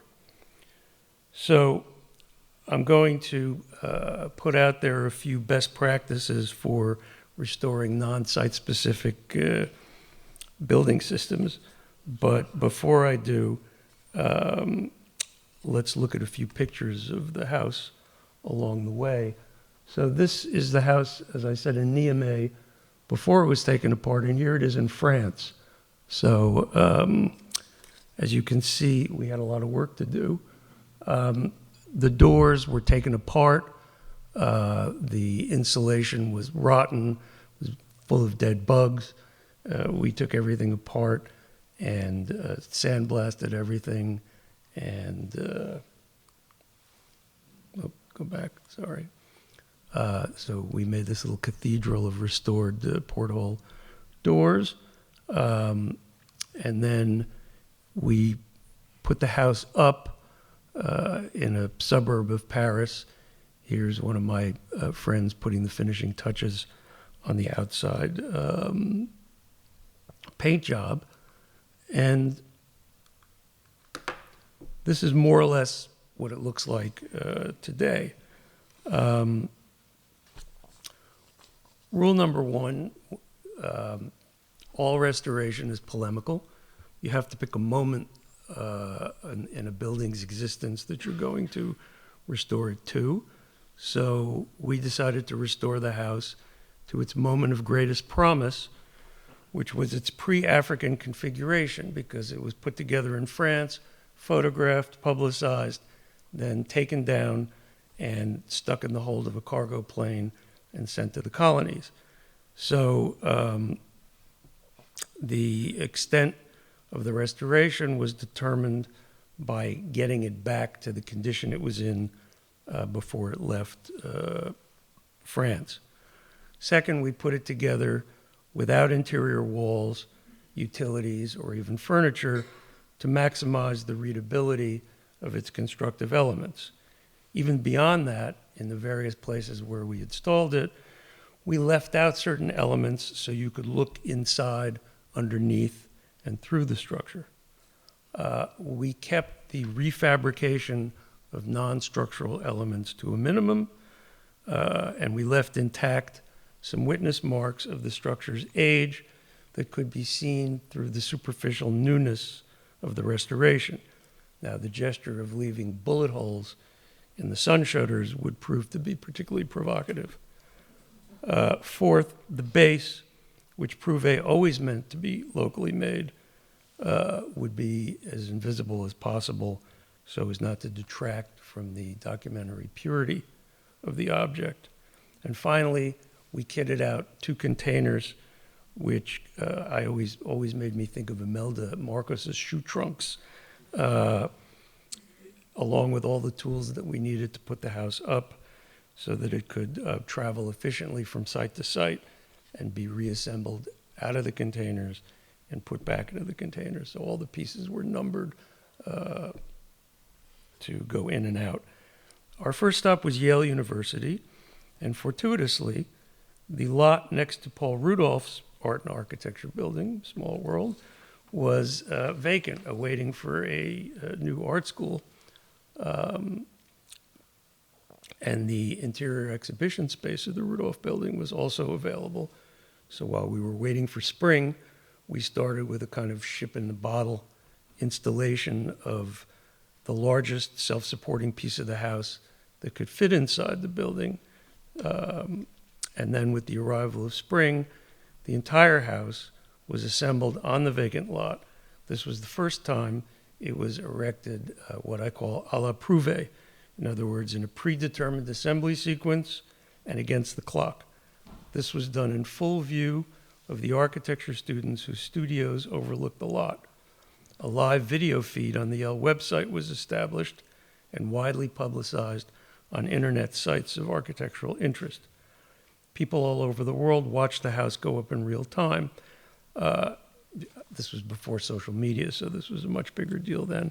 And if you go online and you Google Yale Prouvé Tropical House, you can see a film we made about the house going up.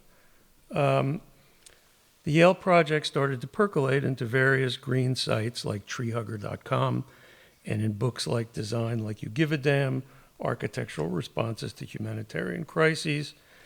And with time, Prouvé has become a role model for architectural social justice warriors, of whom the greatest example is Teddy Cruz, and I'll be closing with a discussion of Teddy's inspirational Tijuana project.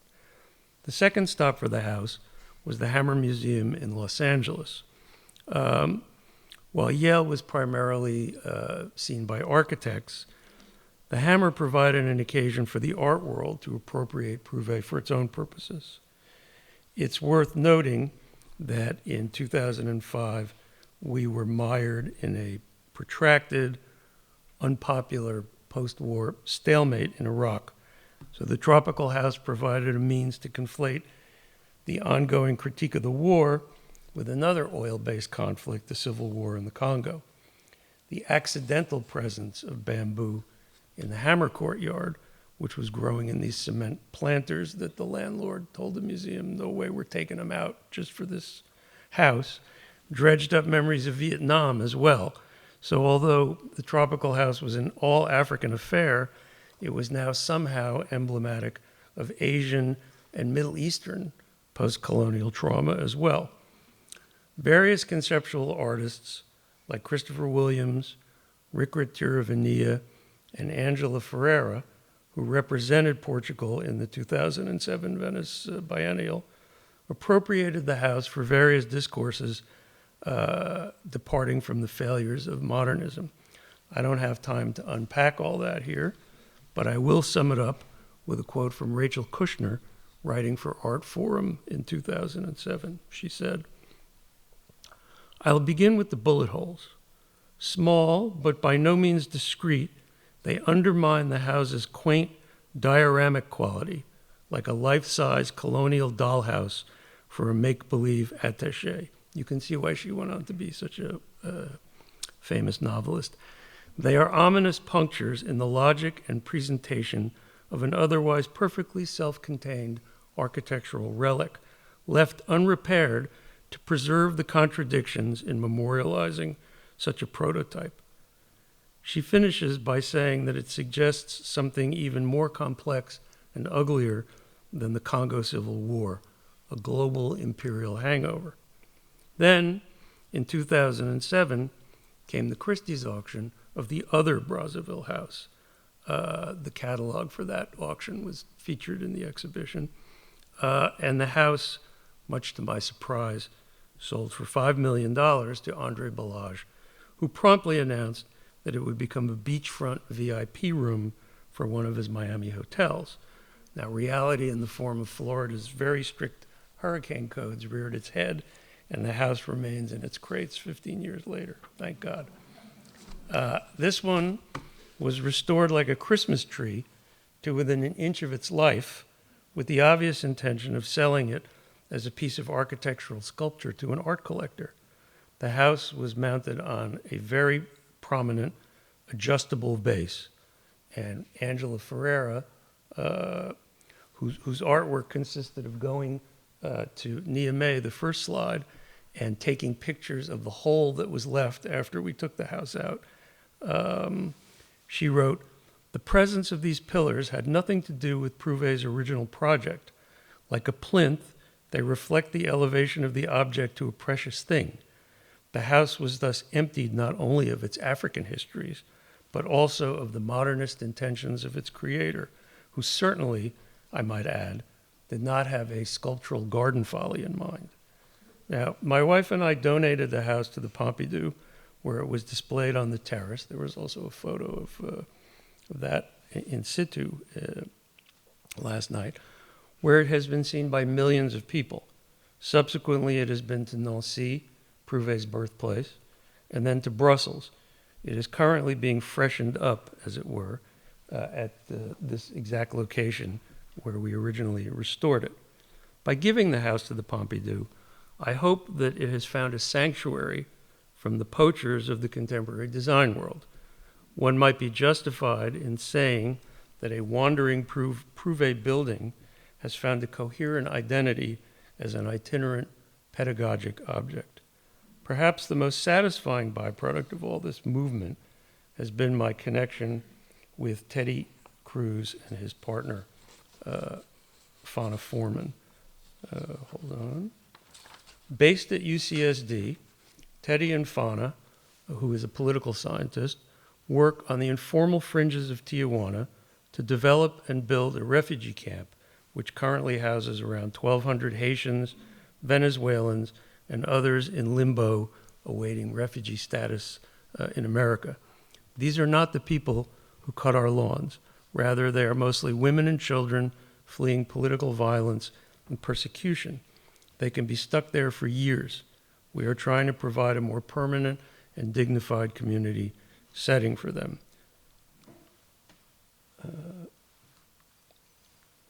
So Teddy and Fana work with a manufacturer of big box storage units in Tijuana to fabricate the structural elements you see here. Now this picture has been digitally enhanced to bring in a little Prouvé flavor there on the right.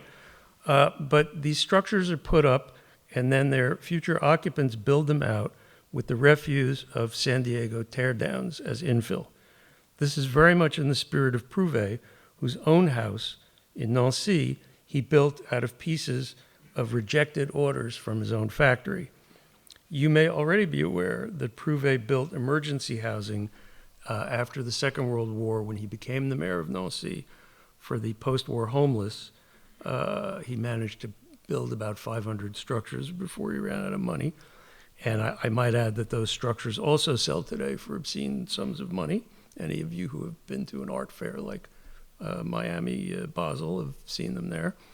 But staying in the spirit of Prouvé, you'll recall that I said earlier that he plowed his profits from his furniture into his experimental housing systems.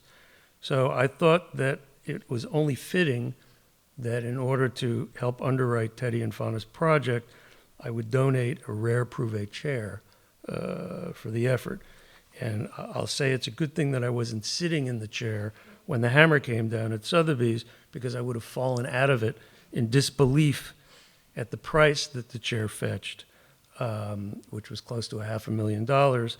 But that cornerstone grant has allowed us to build a structure that now houses 300 people on the second floor, and on the first floor contains a number of small businesses, a kitchen, a machine shop, etc. I also put the leftover pieces of the Tropical house in a container and sent them to Tijuana. These were things like panels from the original houses that had been cut for air conditioning, a timely subject here. And because even Prouvé is not immune to modernization and globalization. I don't want to get too far off track here, but if you want more information about this project, if you go on the Gagosian magazine website and Google Teddy Cruz, there's an extensive interview that architectural historian Alistair Gordon conducted with him, or you can just email me and I'll send you some links and images.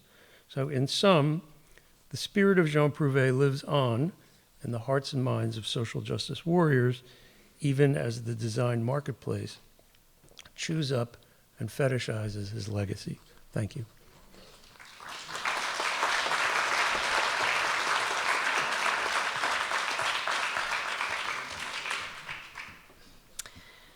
Our final speaker in this morning's program is Dr. Christopher S. Wilson, who serves as scholar in residence for Architecture Sarasota, as well as faculty at the Ringling College of Art and Design right here in Sarasota. Dr. Wilson contributed a monograph on Victor Lundy and a chapter on the women of the Sarasota School for the Women Who Changed Architecture. He is co-author of the forthcoming book, Reframing Berlin, Architecture, Memory Making, and Film Locations. Help me in welcoming Dr. Wilson.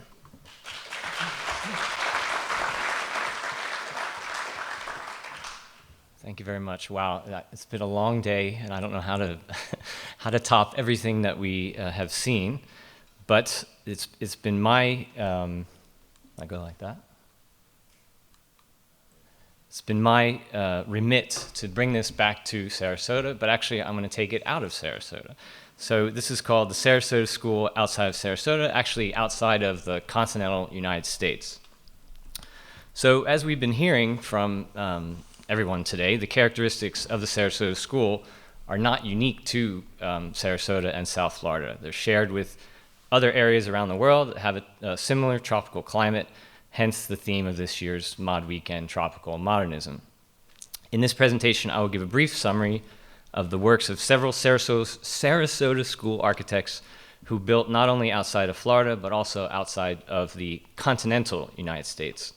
Paul Rudolph, Victor Lundy, Joe Farrell, and Carl Abbott. So we'll start with Paul Rudolph. I'm not going to show anything from Sarasota. Paul Rudolph left Sarasota around 1958, as we already heard, to take up the position of the chair of the Department of Architecture. And that's very important because on the interwebs you will see the wrong information that he was the Dean of Architecture at Yale. It's not the case. His last built work in Sarasota would be the addition to Sarasota High School, completed in 1960. Because of its naturally ventilated corridors and large precast concrete brise-soleil, or solar protectors, this building is on our, if you're going on the Tropical Modernism Then and Now tour in the afternoon, Sarasota High School is on that tour. So while at Yale, Rudolph most famously designed and built their art and architecture building, known today as Rudolph Hall, completed in 1964. He would leave Yale in 65 and start a private practice in New York. In the 1970s, Rudolph's commissions and general fortune, you may know, began to decline as postmodernism, or as I prefer to call it, the questioning of modernism, began to take hold within the architectural community. By the 1980s, what was perceived as Rudolph's strictly modernist work, such as University of Massachusetts at Dartmouth, the Orange County Government Center in Goshen, New York, Borough's Welcome Headquarters, and Bass Residence, these were considered old-fashioned, and they fell out of favor with the Western architectural community. However, in the rapidly growing Asian architectural scene of the 1980s, which had no interest in this Western style called postmodernism, Paul Rudolph was still seen as a cutting-edge architect. So as such, in the 1980s, Rudolph began to receive commissions for more and more buildings in Southeast Asia, resulting in about 26 projects, although only 7 were actually built. 4 of these projects were skyscrapers, and the other 3 were private residences. In all of these buildings, including the skyscrapers, Rudolph returned to his Sarasota roots by designing modern architecture that was adapted to the local climate, or tropical modernism. His first project of note was an apartment building called the Colonnade in Singapore. It was completed in 1986. It consisted of 26 stories of luxury rental apartments, topped by a penthouse for the client. Highly reminiscent of Rudolph's trailer tower for Sarasota of 1954, which was, as you can see here, this idea of taking trailers and suspending them from the structure. And I just noticed last night when I was putting this on, it seemed to be on the beach there. Highly reminiscent of Rudolph's trailer tower, the Colonnade was described by Rudolph as a vertical village. Let's go back. Although appearing prefabricated, the Colonnade was not. It was built of conventional brick and concrete and painted all white to provide a unified appearance. What was unconventional, and an aspect of tropical modernism, was that each floor's corridors, which I have highlighted there in red, were open to the elements and thereby naturally ventilated. Can you believe that? Naturally ventilated apartment building. The apartments themselves were closed off and sometimes air-conditioned, but the public space of the elevator lobby and the corridor was open to the natural breezes of Singapore. And this is still true today, I am told. The end walls of the elevator lobbies are not filled in or closed off. The second successful project built by Rudolph during the 1980s, also constructed in Singapore, was called the Concourse. And this was a mixed-use residential retail complex. Rudolph claimed that the form of this building was derived from an upside-down pagoda, but whatever its inspiration, the distinctive outwardly flaring floors and the downwardly sloping windows of the structure shaded each level below, providing for both energy savings and aesthetic preference. And actually, I didn't put this in here, but since Marty mentioned it, Rudolph hated the curtain wall. Absolutely hated it. He thought it, because he's such a sculptural architect, he thought that to have the wall of the building only this thick was completely crazy. So the downward sloping windows of the structure shaded each level below, providing for both energy savings and aesthetic preference. The high-rise also, and unusually, provided outdoor terraces, which you can see here, on the upper levels of the building, as well as viewing platforms to look out over the rest of the city. It's a skyscraper. Can you imagine going out, on the 15th, 25th floor of a building? I think it would be nice. Two more buildings that Rudolph built in Southeast Asia were for the Wisma Dharmala Company based in Jakarta, Indonesia. Together with local architect Johannes Gunawan, Rudolph designed and built their headquarters in Jakarta here, as well as a subsidiary office building in Surabaya. The headquarters is a 26-story concrete tower composed of alternating rotated floor plans. So you can see how one floor plan goes like this, another floor plan goes like that, with these very large cantilevered overhangs, resulting in a typical Rudolph-esque sculptural quality. These overhangs were not just aesthetic. They sheltered the building's glass from direct sunlight, as well as protected it from the extreme rain conditions of Indonesia. And I also have to say, when all these buildings went up, the other skyscrapers that are going up are these glass and steel, mirrored glass buildings. So these really kind of stuck out as being different. At ground level of this building, that's a detail of the overhangs were not just aesthetic, they sheltered the glass from direct sunlight as well as protected it from extreme rain. At ground level, the building contained a grand inside-outside courtyard with trees, shrubs, and vines overlooked by balconies, twisting staircases, and multi-level terraces, cooled by small canals, carp-filled ponds, and waterfalls. And I was torn between showing this, because Rudolph is such a master at drawing, and showing the actual thing, so decided to show both. In the regional capital of Surabaya, Rudolph produced a 12-story version of this tower for the company, inverting one triangular prism onto another to produce those similar overhangs and indoor-outdoor spaces. Lastly, detail. Lastly, the three private residences that Rudolph built in Southeast Asia, all in Singapore, were basically smaller versions of his vast residence in Fort Worth, Texas. There was an interconnected series of horizontal planes overlapping one another that motioned around a central courtyard.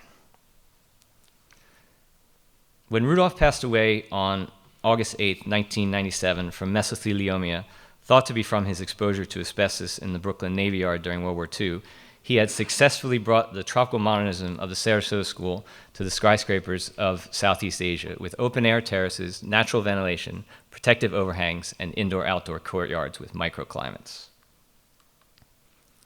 Next, we move on to Victor Lundy, and that is correct up there. He's still alive. He will turn 100 next year in February. Victor Lundy left Sarasota in 1960 and returned to his native New York, where he immediately set up an architectural practice. In the early 60s, as you may know, President Kennedy asked his executive assistant, Daniel Patrick Moynihan, to head an ad hoc committee on federal office space, which resulted in something called the Guiding Principles for Federal Architecture. This report discouraged the use of a standard federal style for government architecture.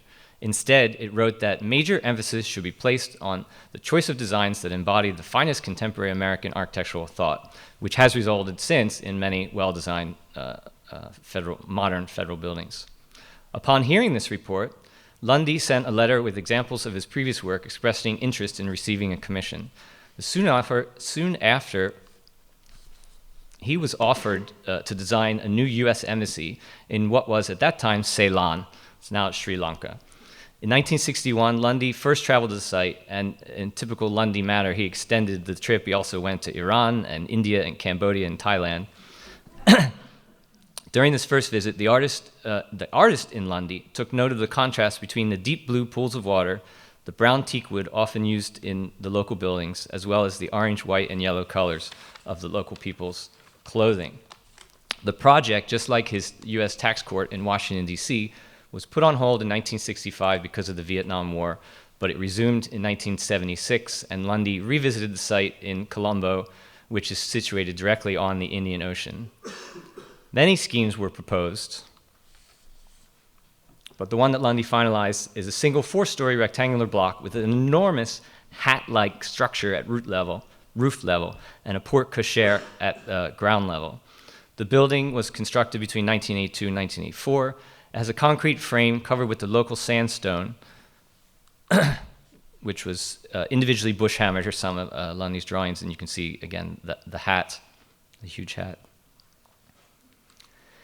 In between the frame structure is glass that is shaded by teak screens, again, sourced from local forests. On his first visit to Ceylon in India in 1961, Lundy had noted that the traditional woodwork there, quote, made a beautiful lacework of light in the narrow porch bands on each tier, creating great steep shelter and shade roofs that swept down the low eaves. So it's this profile that Lundy was trying to evoke in the roof profile of his embassy. This large overhanging roof protects the building from the sun and the rain. The long ends of the roof are sloped at 45 degrees to shed the water quickly, a necessity, obviously, in the tropical climate of Sri Lanka. The short ends of the roof slope at 22 degrees. Open teakwood grills on the undersides of the roof visually connect the window grills below. They provide security, privacy, and sun control. This extensive woodwork not only showcases the local craftsmanship, but also gives a more human scale to what can be, embassy design, massive fortress-like structures. It's honoring the host country while also protecting a strong image for the USA. In 1988, Lundy's U.S. Embassy in Colombo was selected from more than 500 submissions and received a Federal Design Achievement Award. A new and larger, there's a very recent picture of it. However, this is even more recent. A new and larger embassy building was recently built in 2021 directly next door. Fortunately, as you can see, Lundy's embassy is still there, albeit dwarfed by its new and larger companion. Unfortunately, but unsurprisingly, the porte cochere was demolished to make room for the addition. So that's Lundy's addition down there. And then moving right along, we have Joe Farrell, who unfortunately died last August, and his work in Hawaii and the Pacific. So Joseph George Francis Farrell was born in 1932 in Gastonia, North Carolina. His family moved to Sarasota when he was 15, and he graduated from the old Sarasota High School, meaning not Rudolph's 1960 edition. Between 1950 and 54, he studied architecture at the University of Florida. He worked summers in the office of Paul Rudolph. He then served in the U.S. military and returned to finish his Bachelor of Architecture at UF in 1959.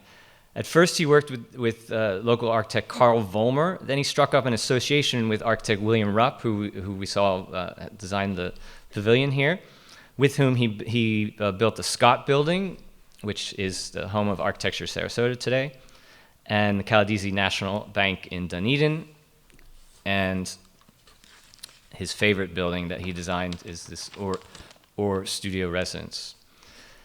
Sensing that Sarasota already had too many architects for such a small town, Farrell took up an offer to move to Hawaii in order to work for the firm of Lemon, Freeth, Haynes, and Jones in 1962, where he stayed until retiring back to Sarasota in 2015. He was back and forth, but definitely 2017.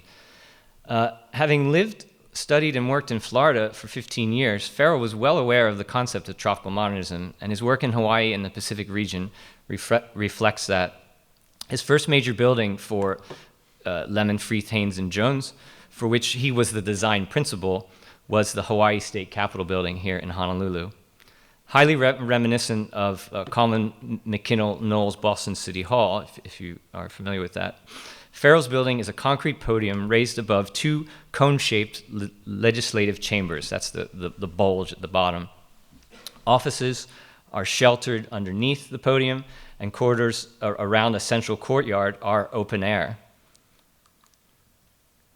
I read online, rainbows have rumored to have been seen inside this courtyard when it rains. Just a rumor. Other buildings credited to Faro in Honolulu include the Prince Kuhio Federal Building here, 1977, and the Bishop Square parking garage, 1978. For the federal building, the General Services Administration had initially asked for a simple box-like glass tower. But Faro and his colleague Frank Haynes successfully argued for a low-rise building with an open-air interior courtyard and a garden terrace, something that suited Hawaii and its climate better. The building is split into two parts. There's a 10-story office building and a 6-story courthouse building connected by an enclosed pedestrian bridge. Like Rudolph's work in Southeast Asia, the windows are protected from the tropical sun and the rain with large overhangs. The Bishop Square parking garage is a 10-story double helix structure, completely open to the weather. There's no reason to close it up. Simple grid work of wide vertical elements and thin horizontal elements grouped in threes make up this facade. So all these buildings in Honolulu by Faro were constructed out of concrete, not because it was a fashionable material of the 1970s, which it was, but because it was deemed hardier than wood or steel for the city's tropical and marine environment, which has proven the case. In contrast, though, real quickly, Faro's design for the Capitol building of the Federal States of Micronesia is a wooden structure with a sloped roof reflecting the vernacular architecture of the area. Oh, as in that. And lastly, we have Carl Abbott, local architect in the audience right here, Caribbean hilltop residence in the Dutch Antilles. So this final example of the Sarasota School outside of continental United States is this U-shaped villa on a hilltop on an island in the Dutch Antilles by Carl Abbott. The house is organized around a central double-height living room that has sweeping views to the Caribbean Ocean, as you can see here. The 5 levels of the house follow the contour of the land, which Abbott has described as an impression in, quote, bold breast-shaped hills. This sighting captures the natural breezes that are funneled between the breasts. He said it, not me. The sweeping V-shaped roof has been designed according to the travel of the sun, as we've already heard from east to west. As we've already heard in terms of seasonal changes shading the house throughout the summer and allowing in the low winter sun.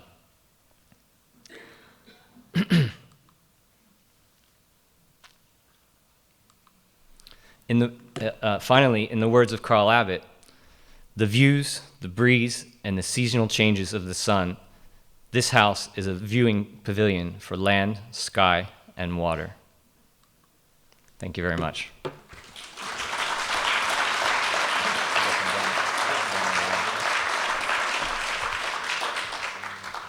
Thank you. While our speakers come and join us on the stage and they put the lights up for the Q&A, I would just want to echo the words of Architecture Sarasota's Chair Ann Essner in thanking our sponsors. I'd also like to let you know, if you are attending trolley tours this afternoon, you can check in at 1 p.m. at the desk that's located just outside where I believe you checked in coming in. So with that, I'm going to open the floor to questions for our great speakers this morning.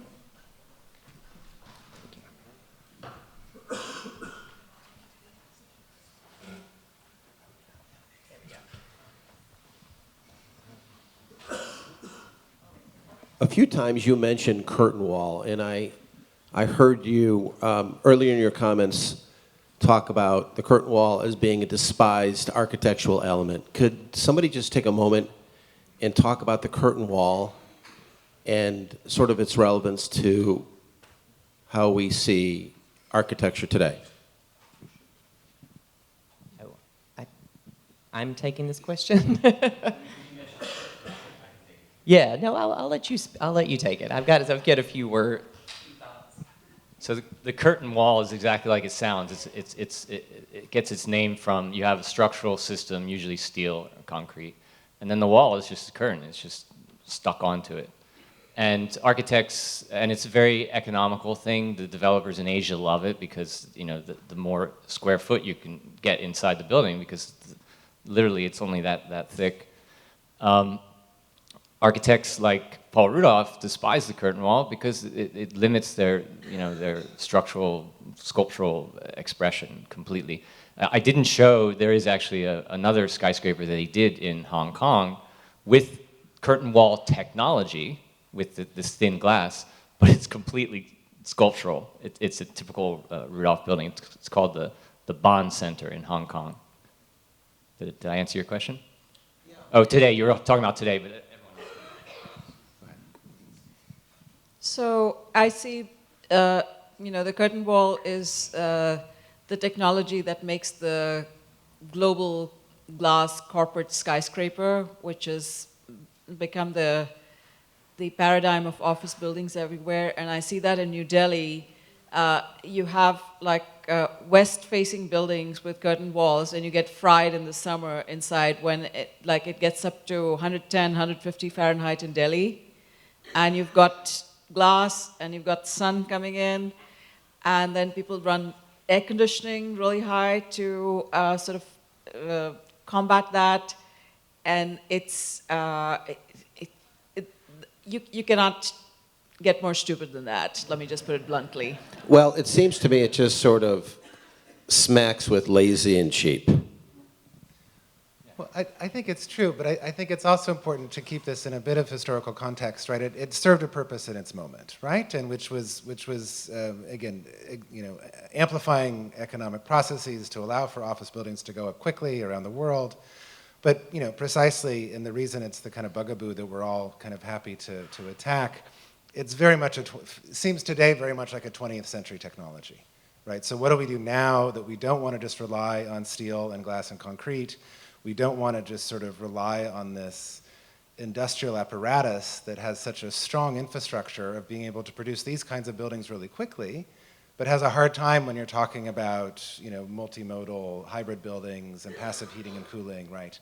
That doesn't quite fit into a lot of the ASHRAE codes and building codes that have come up around the world. So in many ways, the curtain wall itself is a problem in terms of, you know, experiencing a building in a certain way, but also the sort of industrial apparatus that has surrounded the curtain wall over the past, 70, 80 years, has proven very difficult to dislodge. As, you know, as wonderful architects around the world have come up with great ideas about non-fossil fuel dependent heating and cooling systems, the hardest part is kind of confronting the building industry and saying, let's, you know, develop some new models, let's develop a different sort of pathway, materially, technologically, right, into the future. And just one additional brief note. The sin of the curtain wall is not the material itself, it's the fact that the architects didn't think to combine it with other ways of treating that surface. So there are rarely, although we see them more and more, operable windows that are integrated into the curtain wall system itself. And so shading the wall is an issue, right, in particular when we're talking about subtropical and tropical regions such as ours, but also introducing partnering elements, you know, these movable operating windows that allow for you to be able to ventilate the spaces in logical ways makes a lot of sense. We see some of that having emerged in places like Germany. Many, many years ago, a couple of decades ago, they were already starting to think about how to make that wall a little bit less insular, right, and allowing for the building to breathe by introducing these elements. Thank you. Do we have another question? Those of you who are familiar with New York, the Lever House was one, if not the first, curtain wall building across Park Avenue from the Seagram's building. It was meant to represent that corporate modernism. It was meant to always be green and shiny like the soap that they sold. And it was one of the first real curtain wall restorations approved by the New York City Landmarks Commission.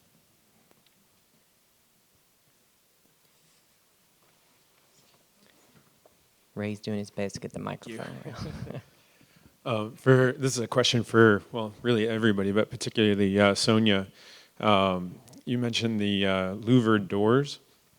that were so popular down in Cuba. And there was a suggestion that towards the end of your presentation that we might use something like that to create a space that's usable for the 2 months of the year, 3 months of the year. I find it to be like 5 months of the year, but everybody's got their limits. And then use the air conditioning during the summer. As a builder, I see that our codes would limit that extremely. And I wonder what you would suggest for trying to get around that, or if you see, solutions or movements towards allowing us to have spaces that might be considered convertible, if you will. So I think that the strategy moving forward is for us to, again, not think of these as singular elements that we were just talking about, the curtain wall, right? When you just think of it as one member, it becomes an issue that seems insurmountable. But rather, when we think about it as a series... Sure. Is this better? But instead, if we start to think about how it's a combination of things that we can pull together, some of them that do meet the building code, and that then give us the liberty to express ourselves in ways that provide that flexibility in terms of living in the subtropics, that's how I would suggest that we move forward. So there are things that we definitely have to do, but for example, you can partner impact glass windows and then have the persianas in front of them. That was actually very common to do in Cuba. They would have different, the persiana doors sometimes had different layers to it, and so rethinking these elements and trying to combine them, I think allows us the flexibility to introduce them and make them affordable, and also then give the residents the opportunity to live their life slightly differently. And I think you are right, in places like Sarasota, where you have a milder weather than we do in South Florida, yes, the time period can be much longer than we have down in South Florida. Thank you for the question. Thank you. Let's see, we have a couple of questions down here. If you want to, I can repeat your question if you want to. Oh, you can. Go ahead.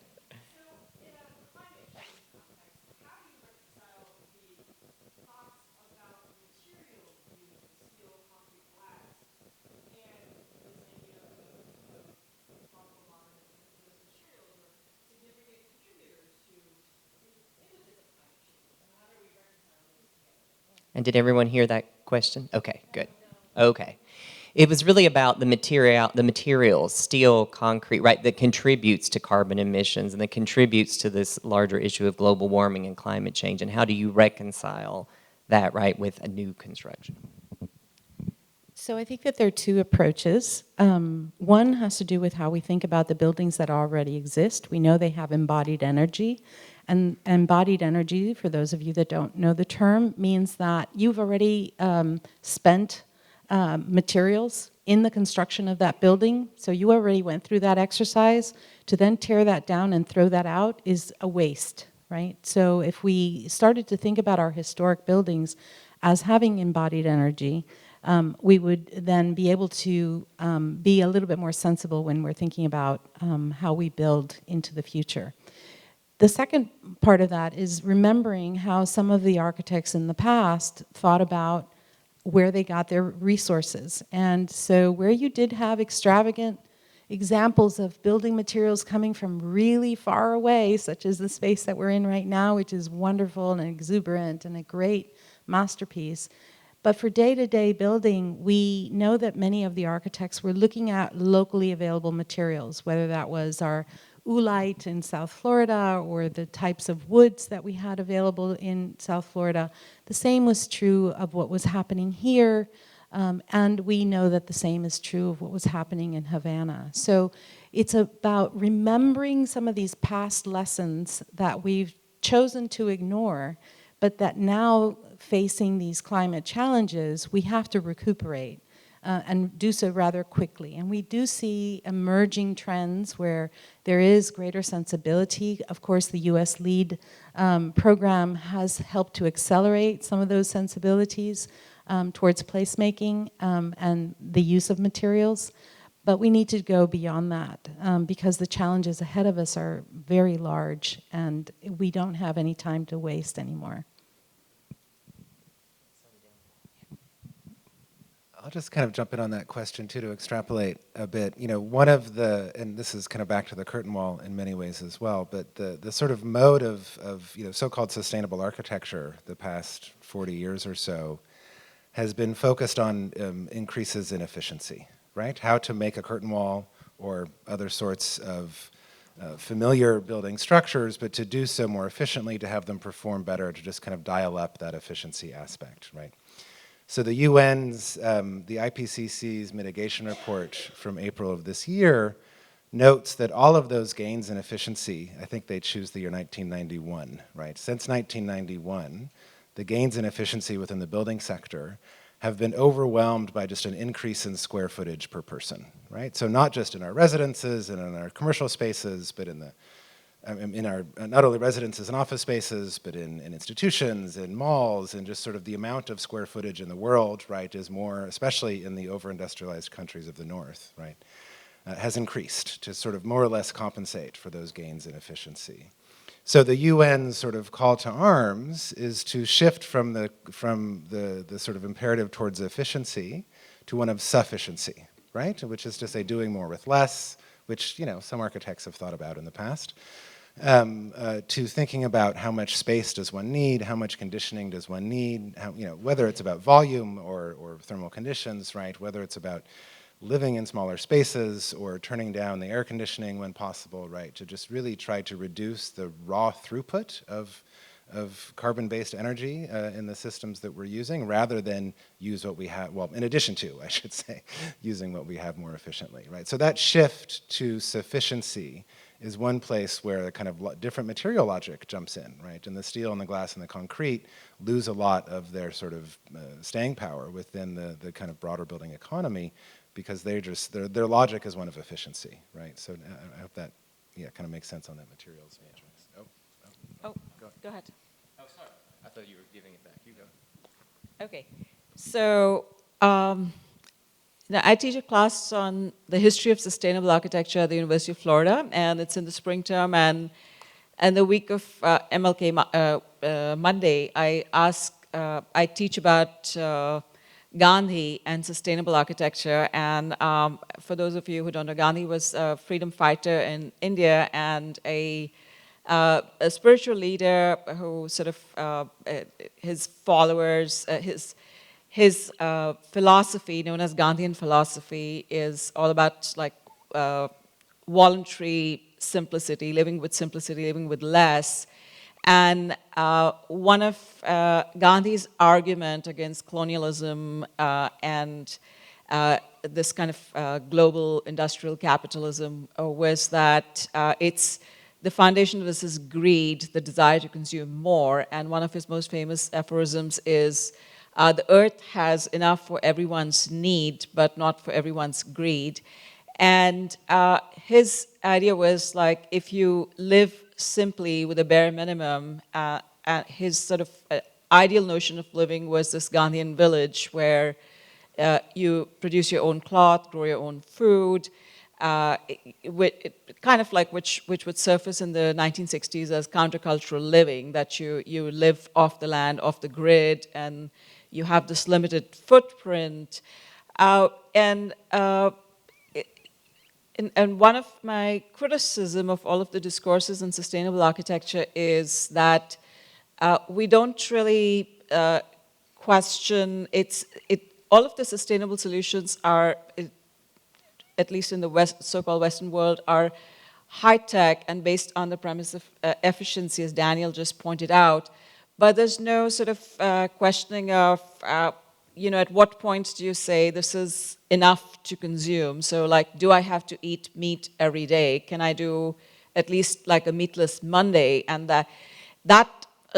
those sort of gestures, which given our current sort of societal setup, are completely voluntary.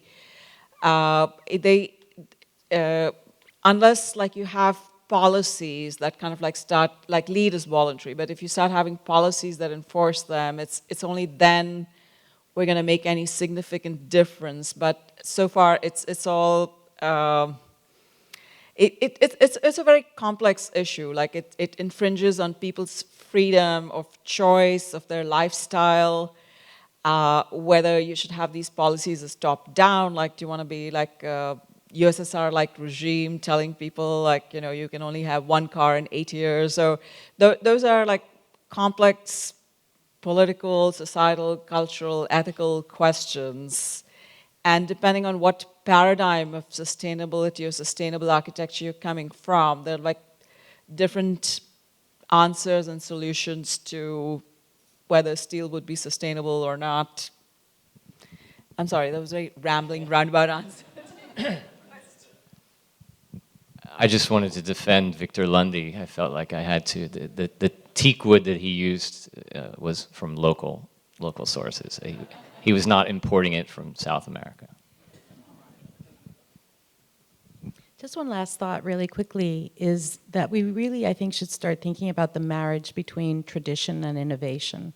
That was a theme of the Under the Sun subtropical and tropical urbanism and architecture in the book that you saw at the end of my presentation.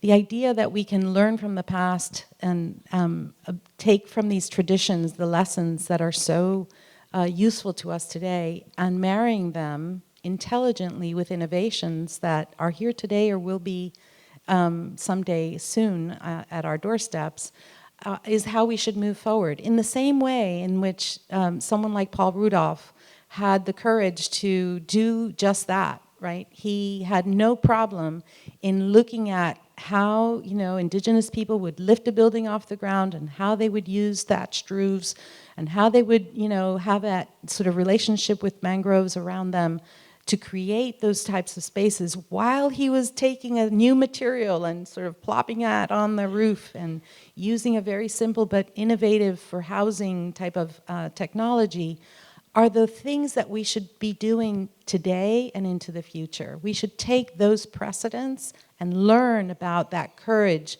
to bridge between traditions and innovations in order to get to the answers that we need to address the climate challenges ahead.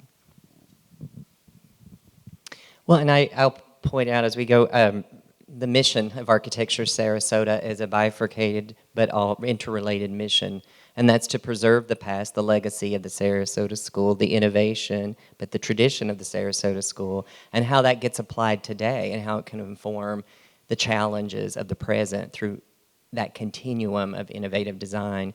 As we come to this other question, though, I'm going to ask one. I am the moderator. I get to do what I want to sometimes. So I'm going to make a tie between Bob. You're itinerant, and then you said wandering, but you started nomadic, itinerant, and then I'm going to tie it into Rudolph's towers of suspended trailers. So most of you don't, if you don't know me, and it's going to be a question about movable architecture. My family's business is manufactured housing, and when I say it's the business, I am the prince of trailers. My father has been inducted into the National Manufactured Housing Institute Hall of Fame. It's in Elkhart, Indiana. Don't visit. Just let me know, and I'll send you a photo. So when I was in architecture school, everything I designed was 14 foot wide and 70 foot long because it had to go down a highway.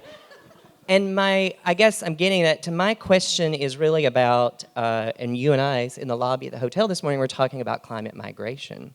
What can we learn, right, about should we be building things that are going to move with us as we need to move? What's your thoughts on that?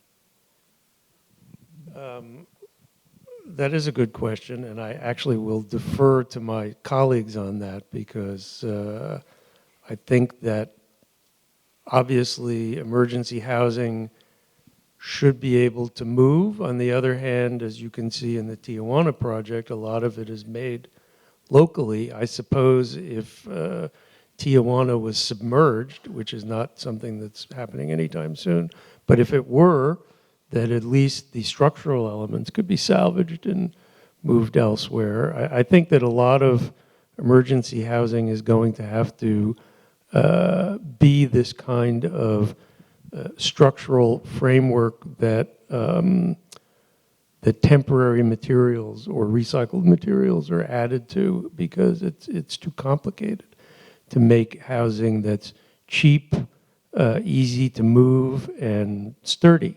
You know, I think garage doors from San Diego do a better job in the first instance than anything you could manufacture. So it's a tough question. But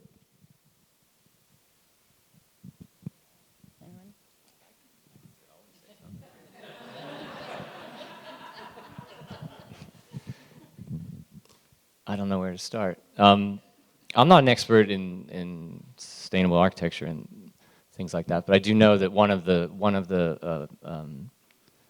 what's it called? One of the strategies is retreat. So maybe people, the more experts. What I will say, some of you know that my wife and I have purchased the Sol Lustron house in Sarasota, which was originally a kit of parts, and we're not taking it apart, moving it somewhere else, but it can be done. Well, when I think of climate refugees, to me, the most, I think I worry less about architecture. To me, like the biggest fear is water and food. Because, for example, in India, you have the glacial rivers, Ganga, Yamuna, that come out of Gangotri and Yamunotri glaciers. And once those glaciers disappear, you're not going to have those rivers, and they basically feed the breadbasket, the wheat belt of India for producing crops and food. And they provide water, drinking water to like millions of people. You can't even imagine the mass of humanity that they sustain.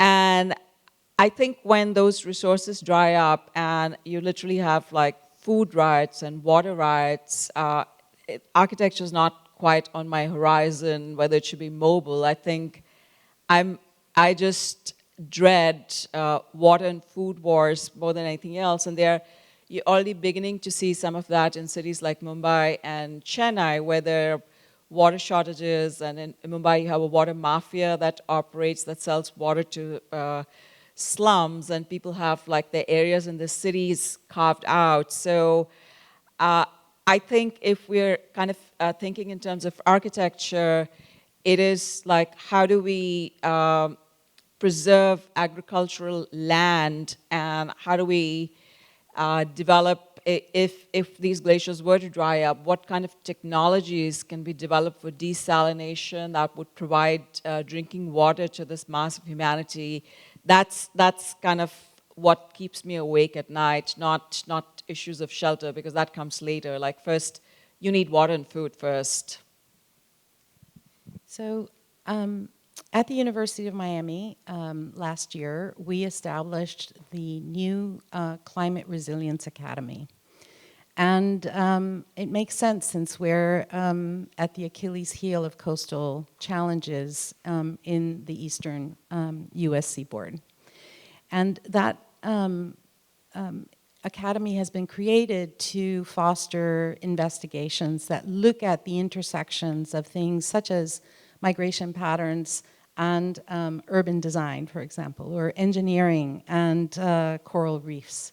In those investigations, what we have been able to understand so far is that we too in Florida at some point in time, in particular as you get farther down the peninsula, will at one point or another potentially be migrants ourselves, right? We will be migrating away from these areas. And everyone always asks me, when? That's the question, right? It's like, when? How long do I hold on to my real estate before I have to sell and get out? And, my answer is, well, we learn from our, the marine scientists, the atmospheric scientists, and the geologists that things such as sea level rise, which we all think is happening slowly, and so far it has been rather slow in some places versus others, but when we look back at the globe's trajectory and how these climate patterns have happened in the past, we know that they're going to be happening in what they refer to as pulses, right? So that in a short amount of time, we could see an increase that wasn't typical of what had just happened in the 30 years prior to that. We do know that we have in the past 30 years had almost a foot, depending on where you are along the peninsula and on the seaboard, about a foot, 9 inches to a foot, depending on where you are. So if that's happened in the last 30 years, and we can expect that as those Arctic regions continue to see glacial melt, that's And what we worry about, of course, is what's happening on land that then adds to what's happening in the oceans, right? So think about a glass of water. If I have a glass of water and I have ice cubes inside, it's not going to change the level of that water if the cubes in the water melted or not. I'm going to still have the same amount of water in the glass. But if I take a glass of water and I add to it, that's when you have the water sort of overflowing. And so that is what we know to expect down the line.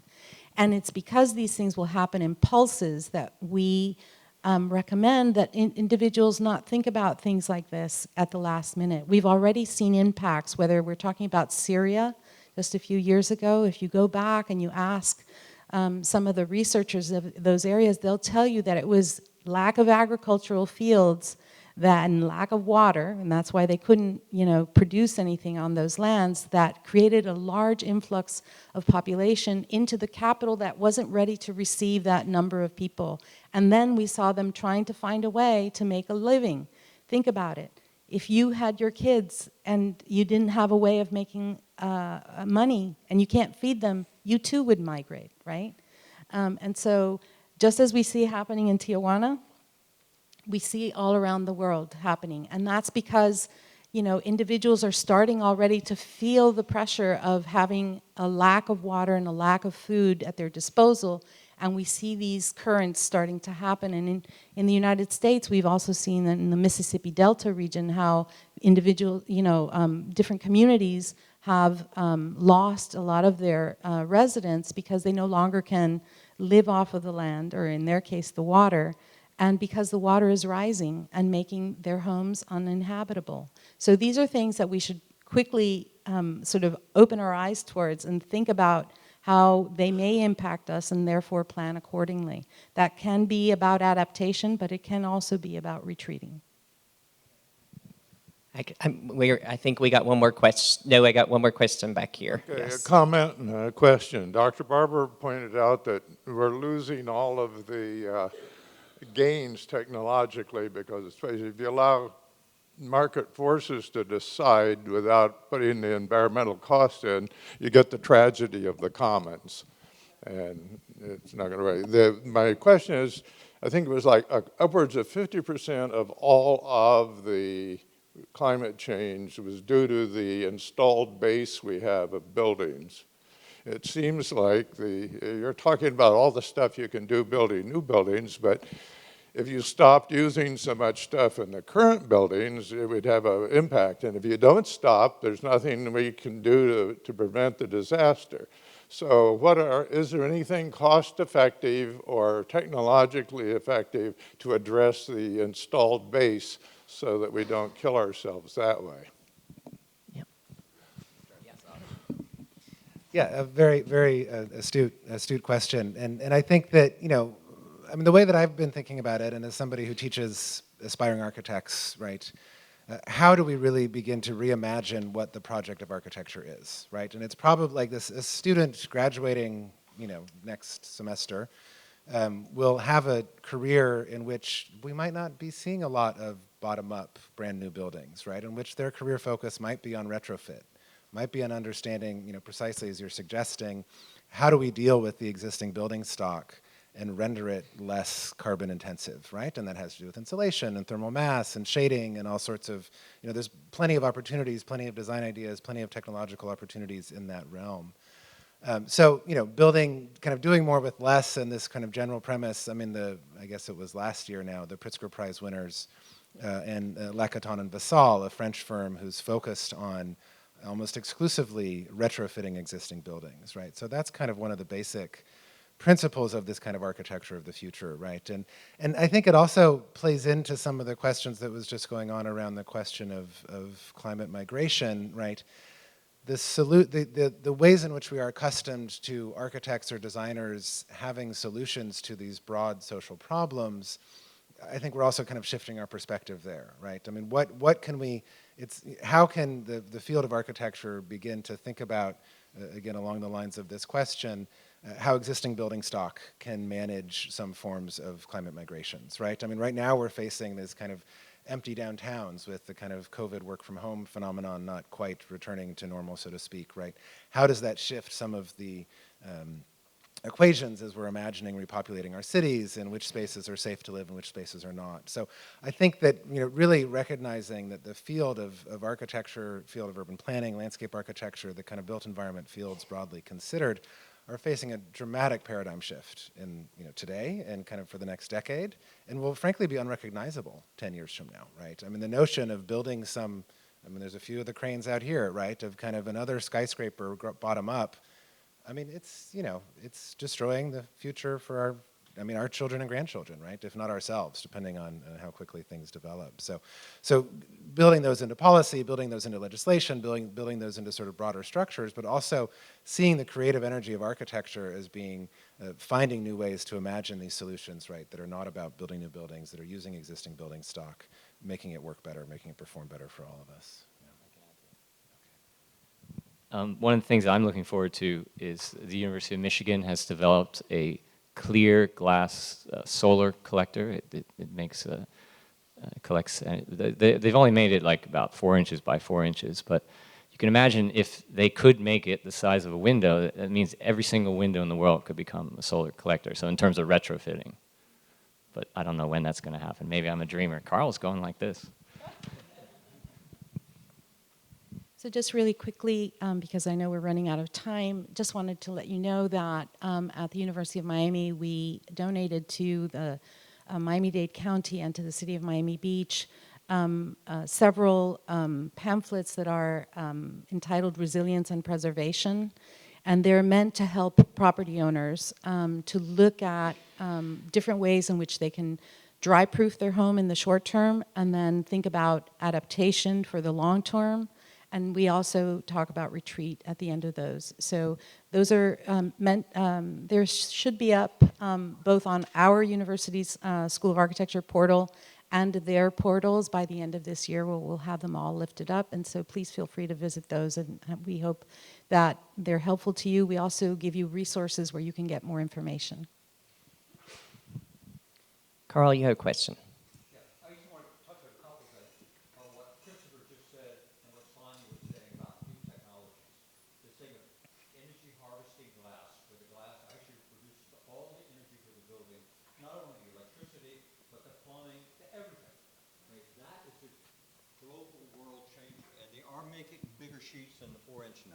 But it's not really out there yet. But this whole thing of looking not just backwards, but looking forward is so critical, absolutely critical. The other thing I wanted to touch on was the comment that you made, Marty, about affordable housing or movable housing.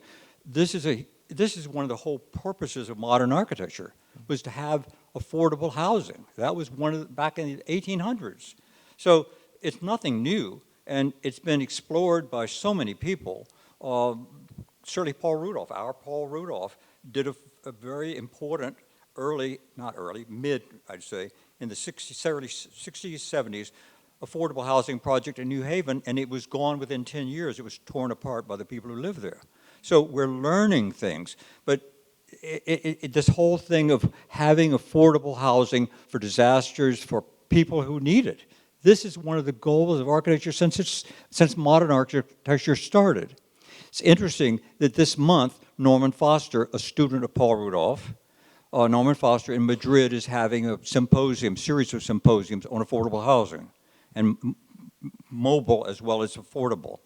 And also the last one I just wanted to touch on, just to say why we're in Sarasota and talking about modern architecture, tropical as well as modern architecture, is because not only Rudolph and Rudolph and Lundy came here having been taught at Harvard under Gropius, which was the Bauhaus.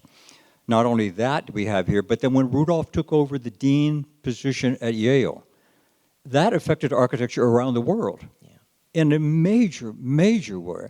And then to end, we keep talking about all these things for days, but to end back on Robert's building, it's in the Pompidou, it belongs to the Pompidou.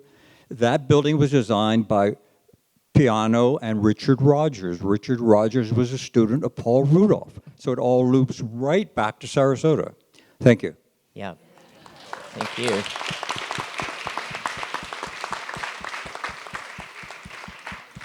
I think we have a future theme in affordable housing.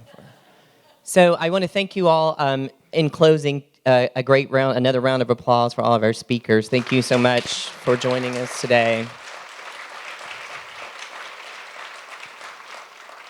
I'm sure they wouldn't mind if you have other questions directly, to hang around a little while, answer those questions. I'd like to take this opportunity, if I may, to first just to thank there are many people who made this weekend possible, including Marnie Gaston and her great crew who does the events, and Ray Ramos, who's, I don't know how you're still standing, but thank you. But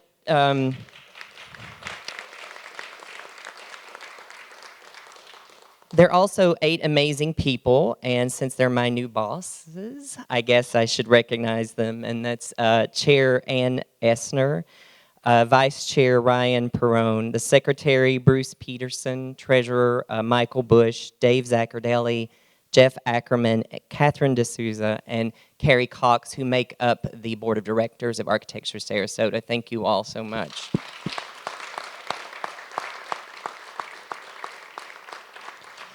And I know a number of you are like, enough, Marty, with the origin story, but there's some people here who don't know why I was chosen, so let me take a moment. Carrie Cox, she said it's been 40 years in the making. So this March, 40 years ago, this March 1983, 12-year-old from hillbilly from eastern Kentucky saw Paul Rudolph's work and Victor Lundy's work and declared I was going to be an architect, that I wanted to do that. And my parents were again like, what the hell is this kid talking about?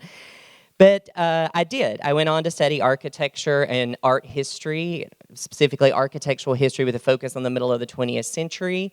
I was reminded, actually, of a really poignant moment when Christopher showed Paul Rudolph's Orange County government building. As an intern, I was going to school at Columbia. One of my very first assignments at the firm I worked for was to review the contractor's drawings for the re-roofing project of Paul Rudolph's Orange County government house. If I only knew then, like what I know now, I would have taken that more serious.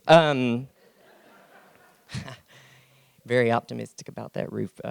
Anyway, I went on to the World Monuments Fund. I created Modernism at Risk, whose mission is endangered cultural heritage globally. Knoll, the furniture company, was the first sponsor. Among the things that we did at Modernism at Risk is I helped give the grant to Sarasota Architectural Foundation to sponsor the international competition to save Riverview High School.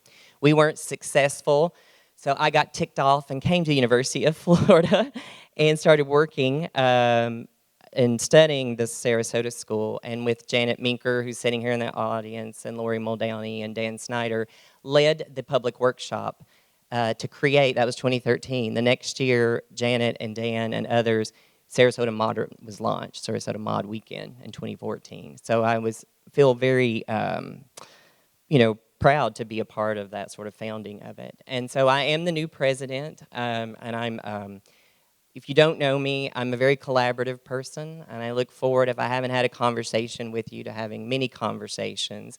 And really, I can't thank you enough. I'm very honored to be given this charge, and I will do my best. And if, in case you don't, if that's not enough, I'm also Paul Rudolph's from Kentucky, so I'm just saying. So anyway, thank you very much. Enjoy the rest of the weekend.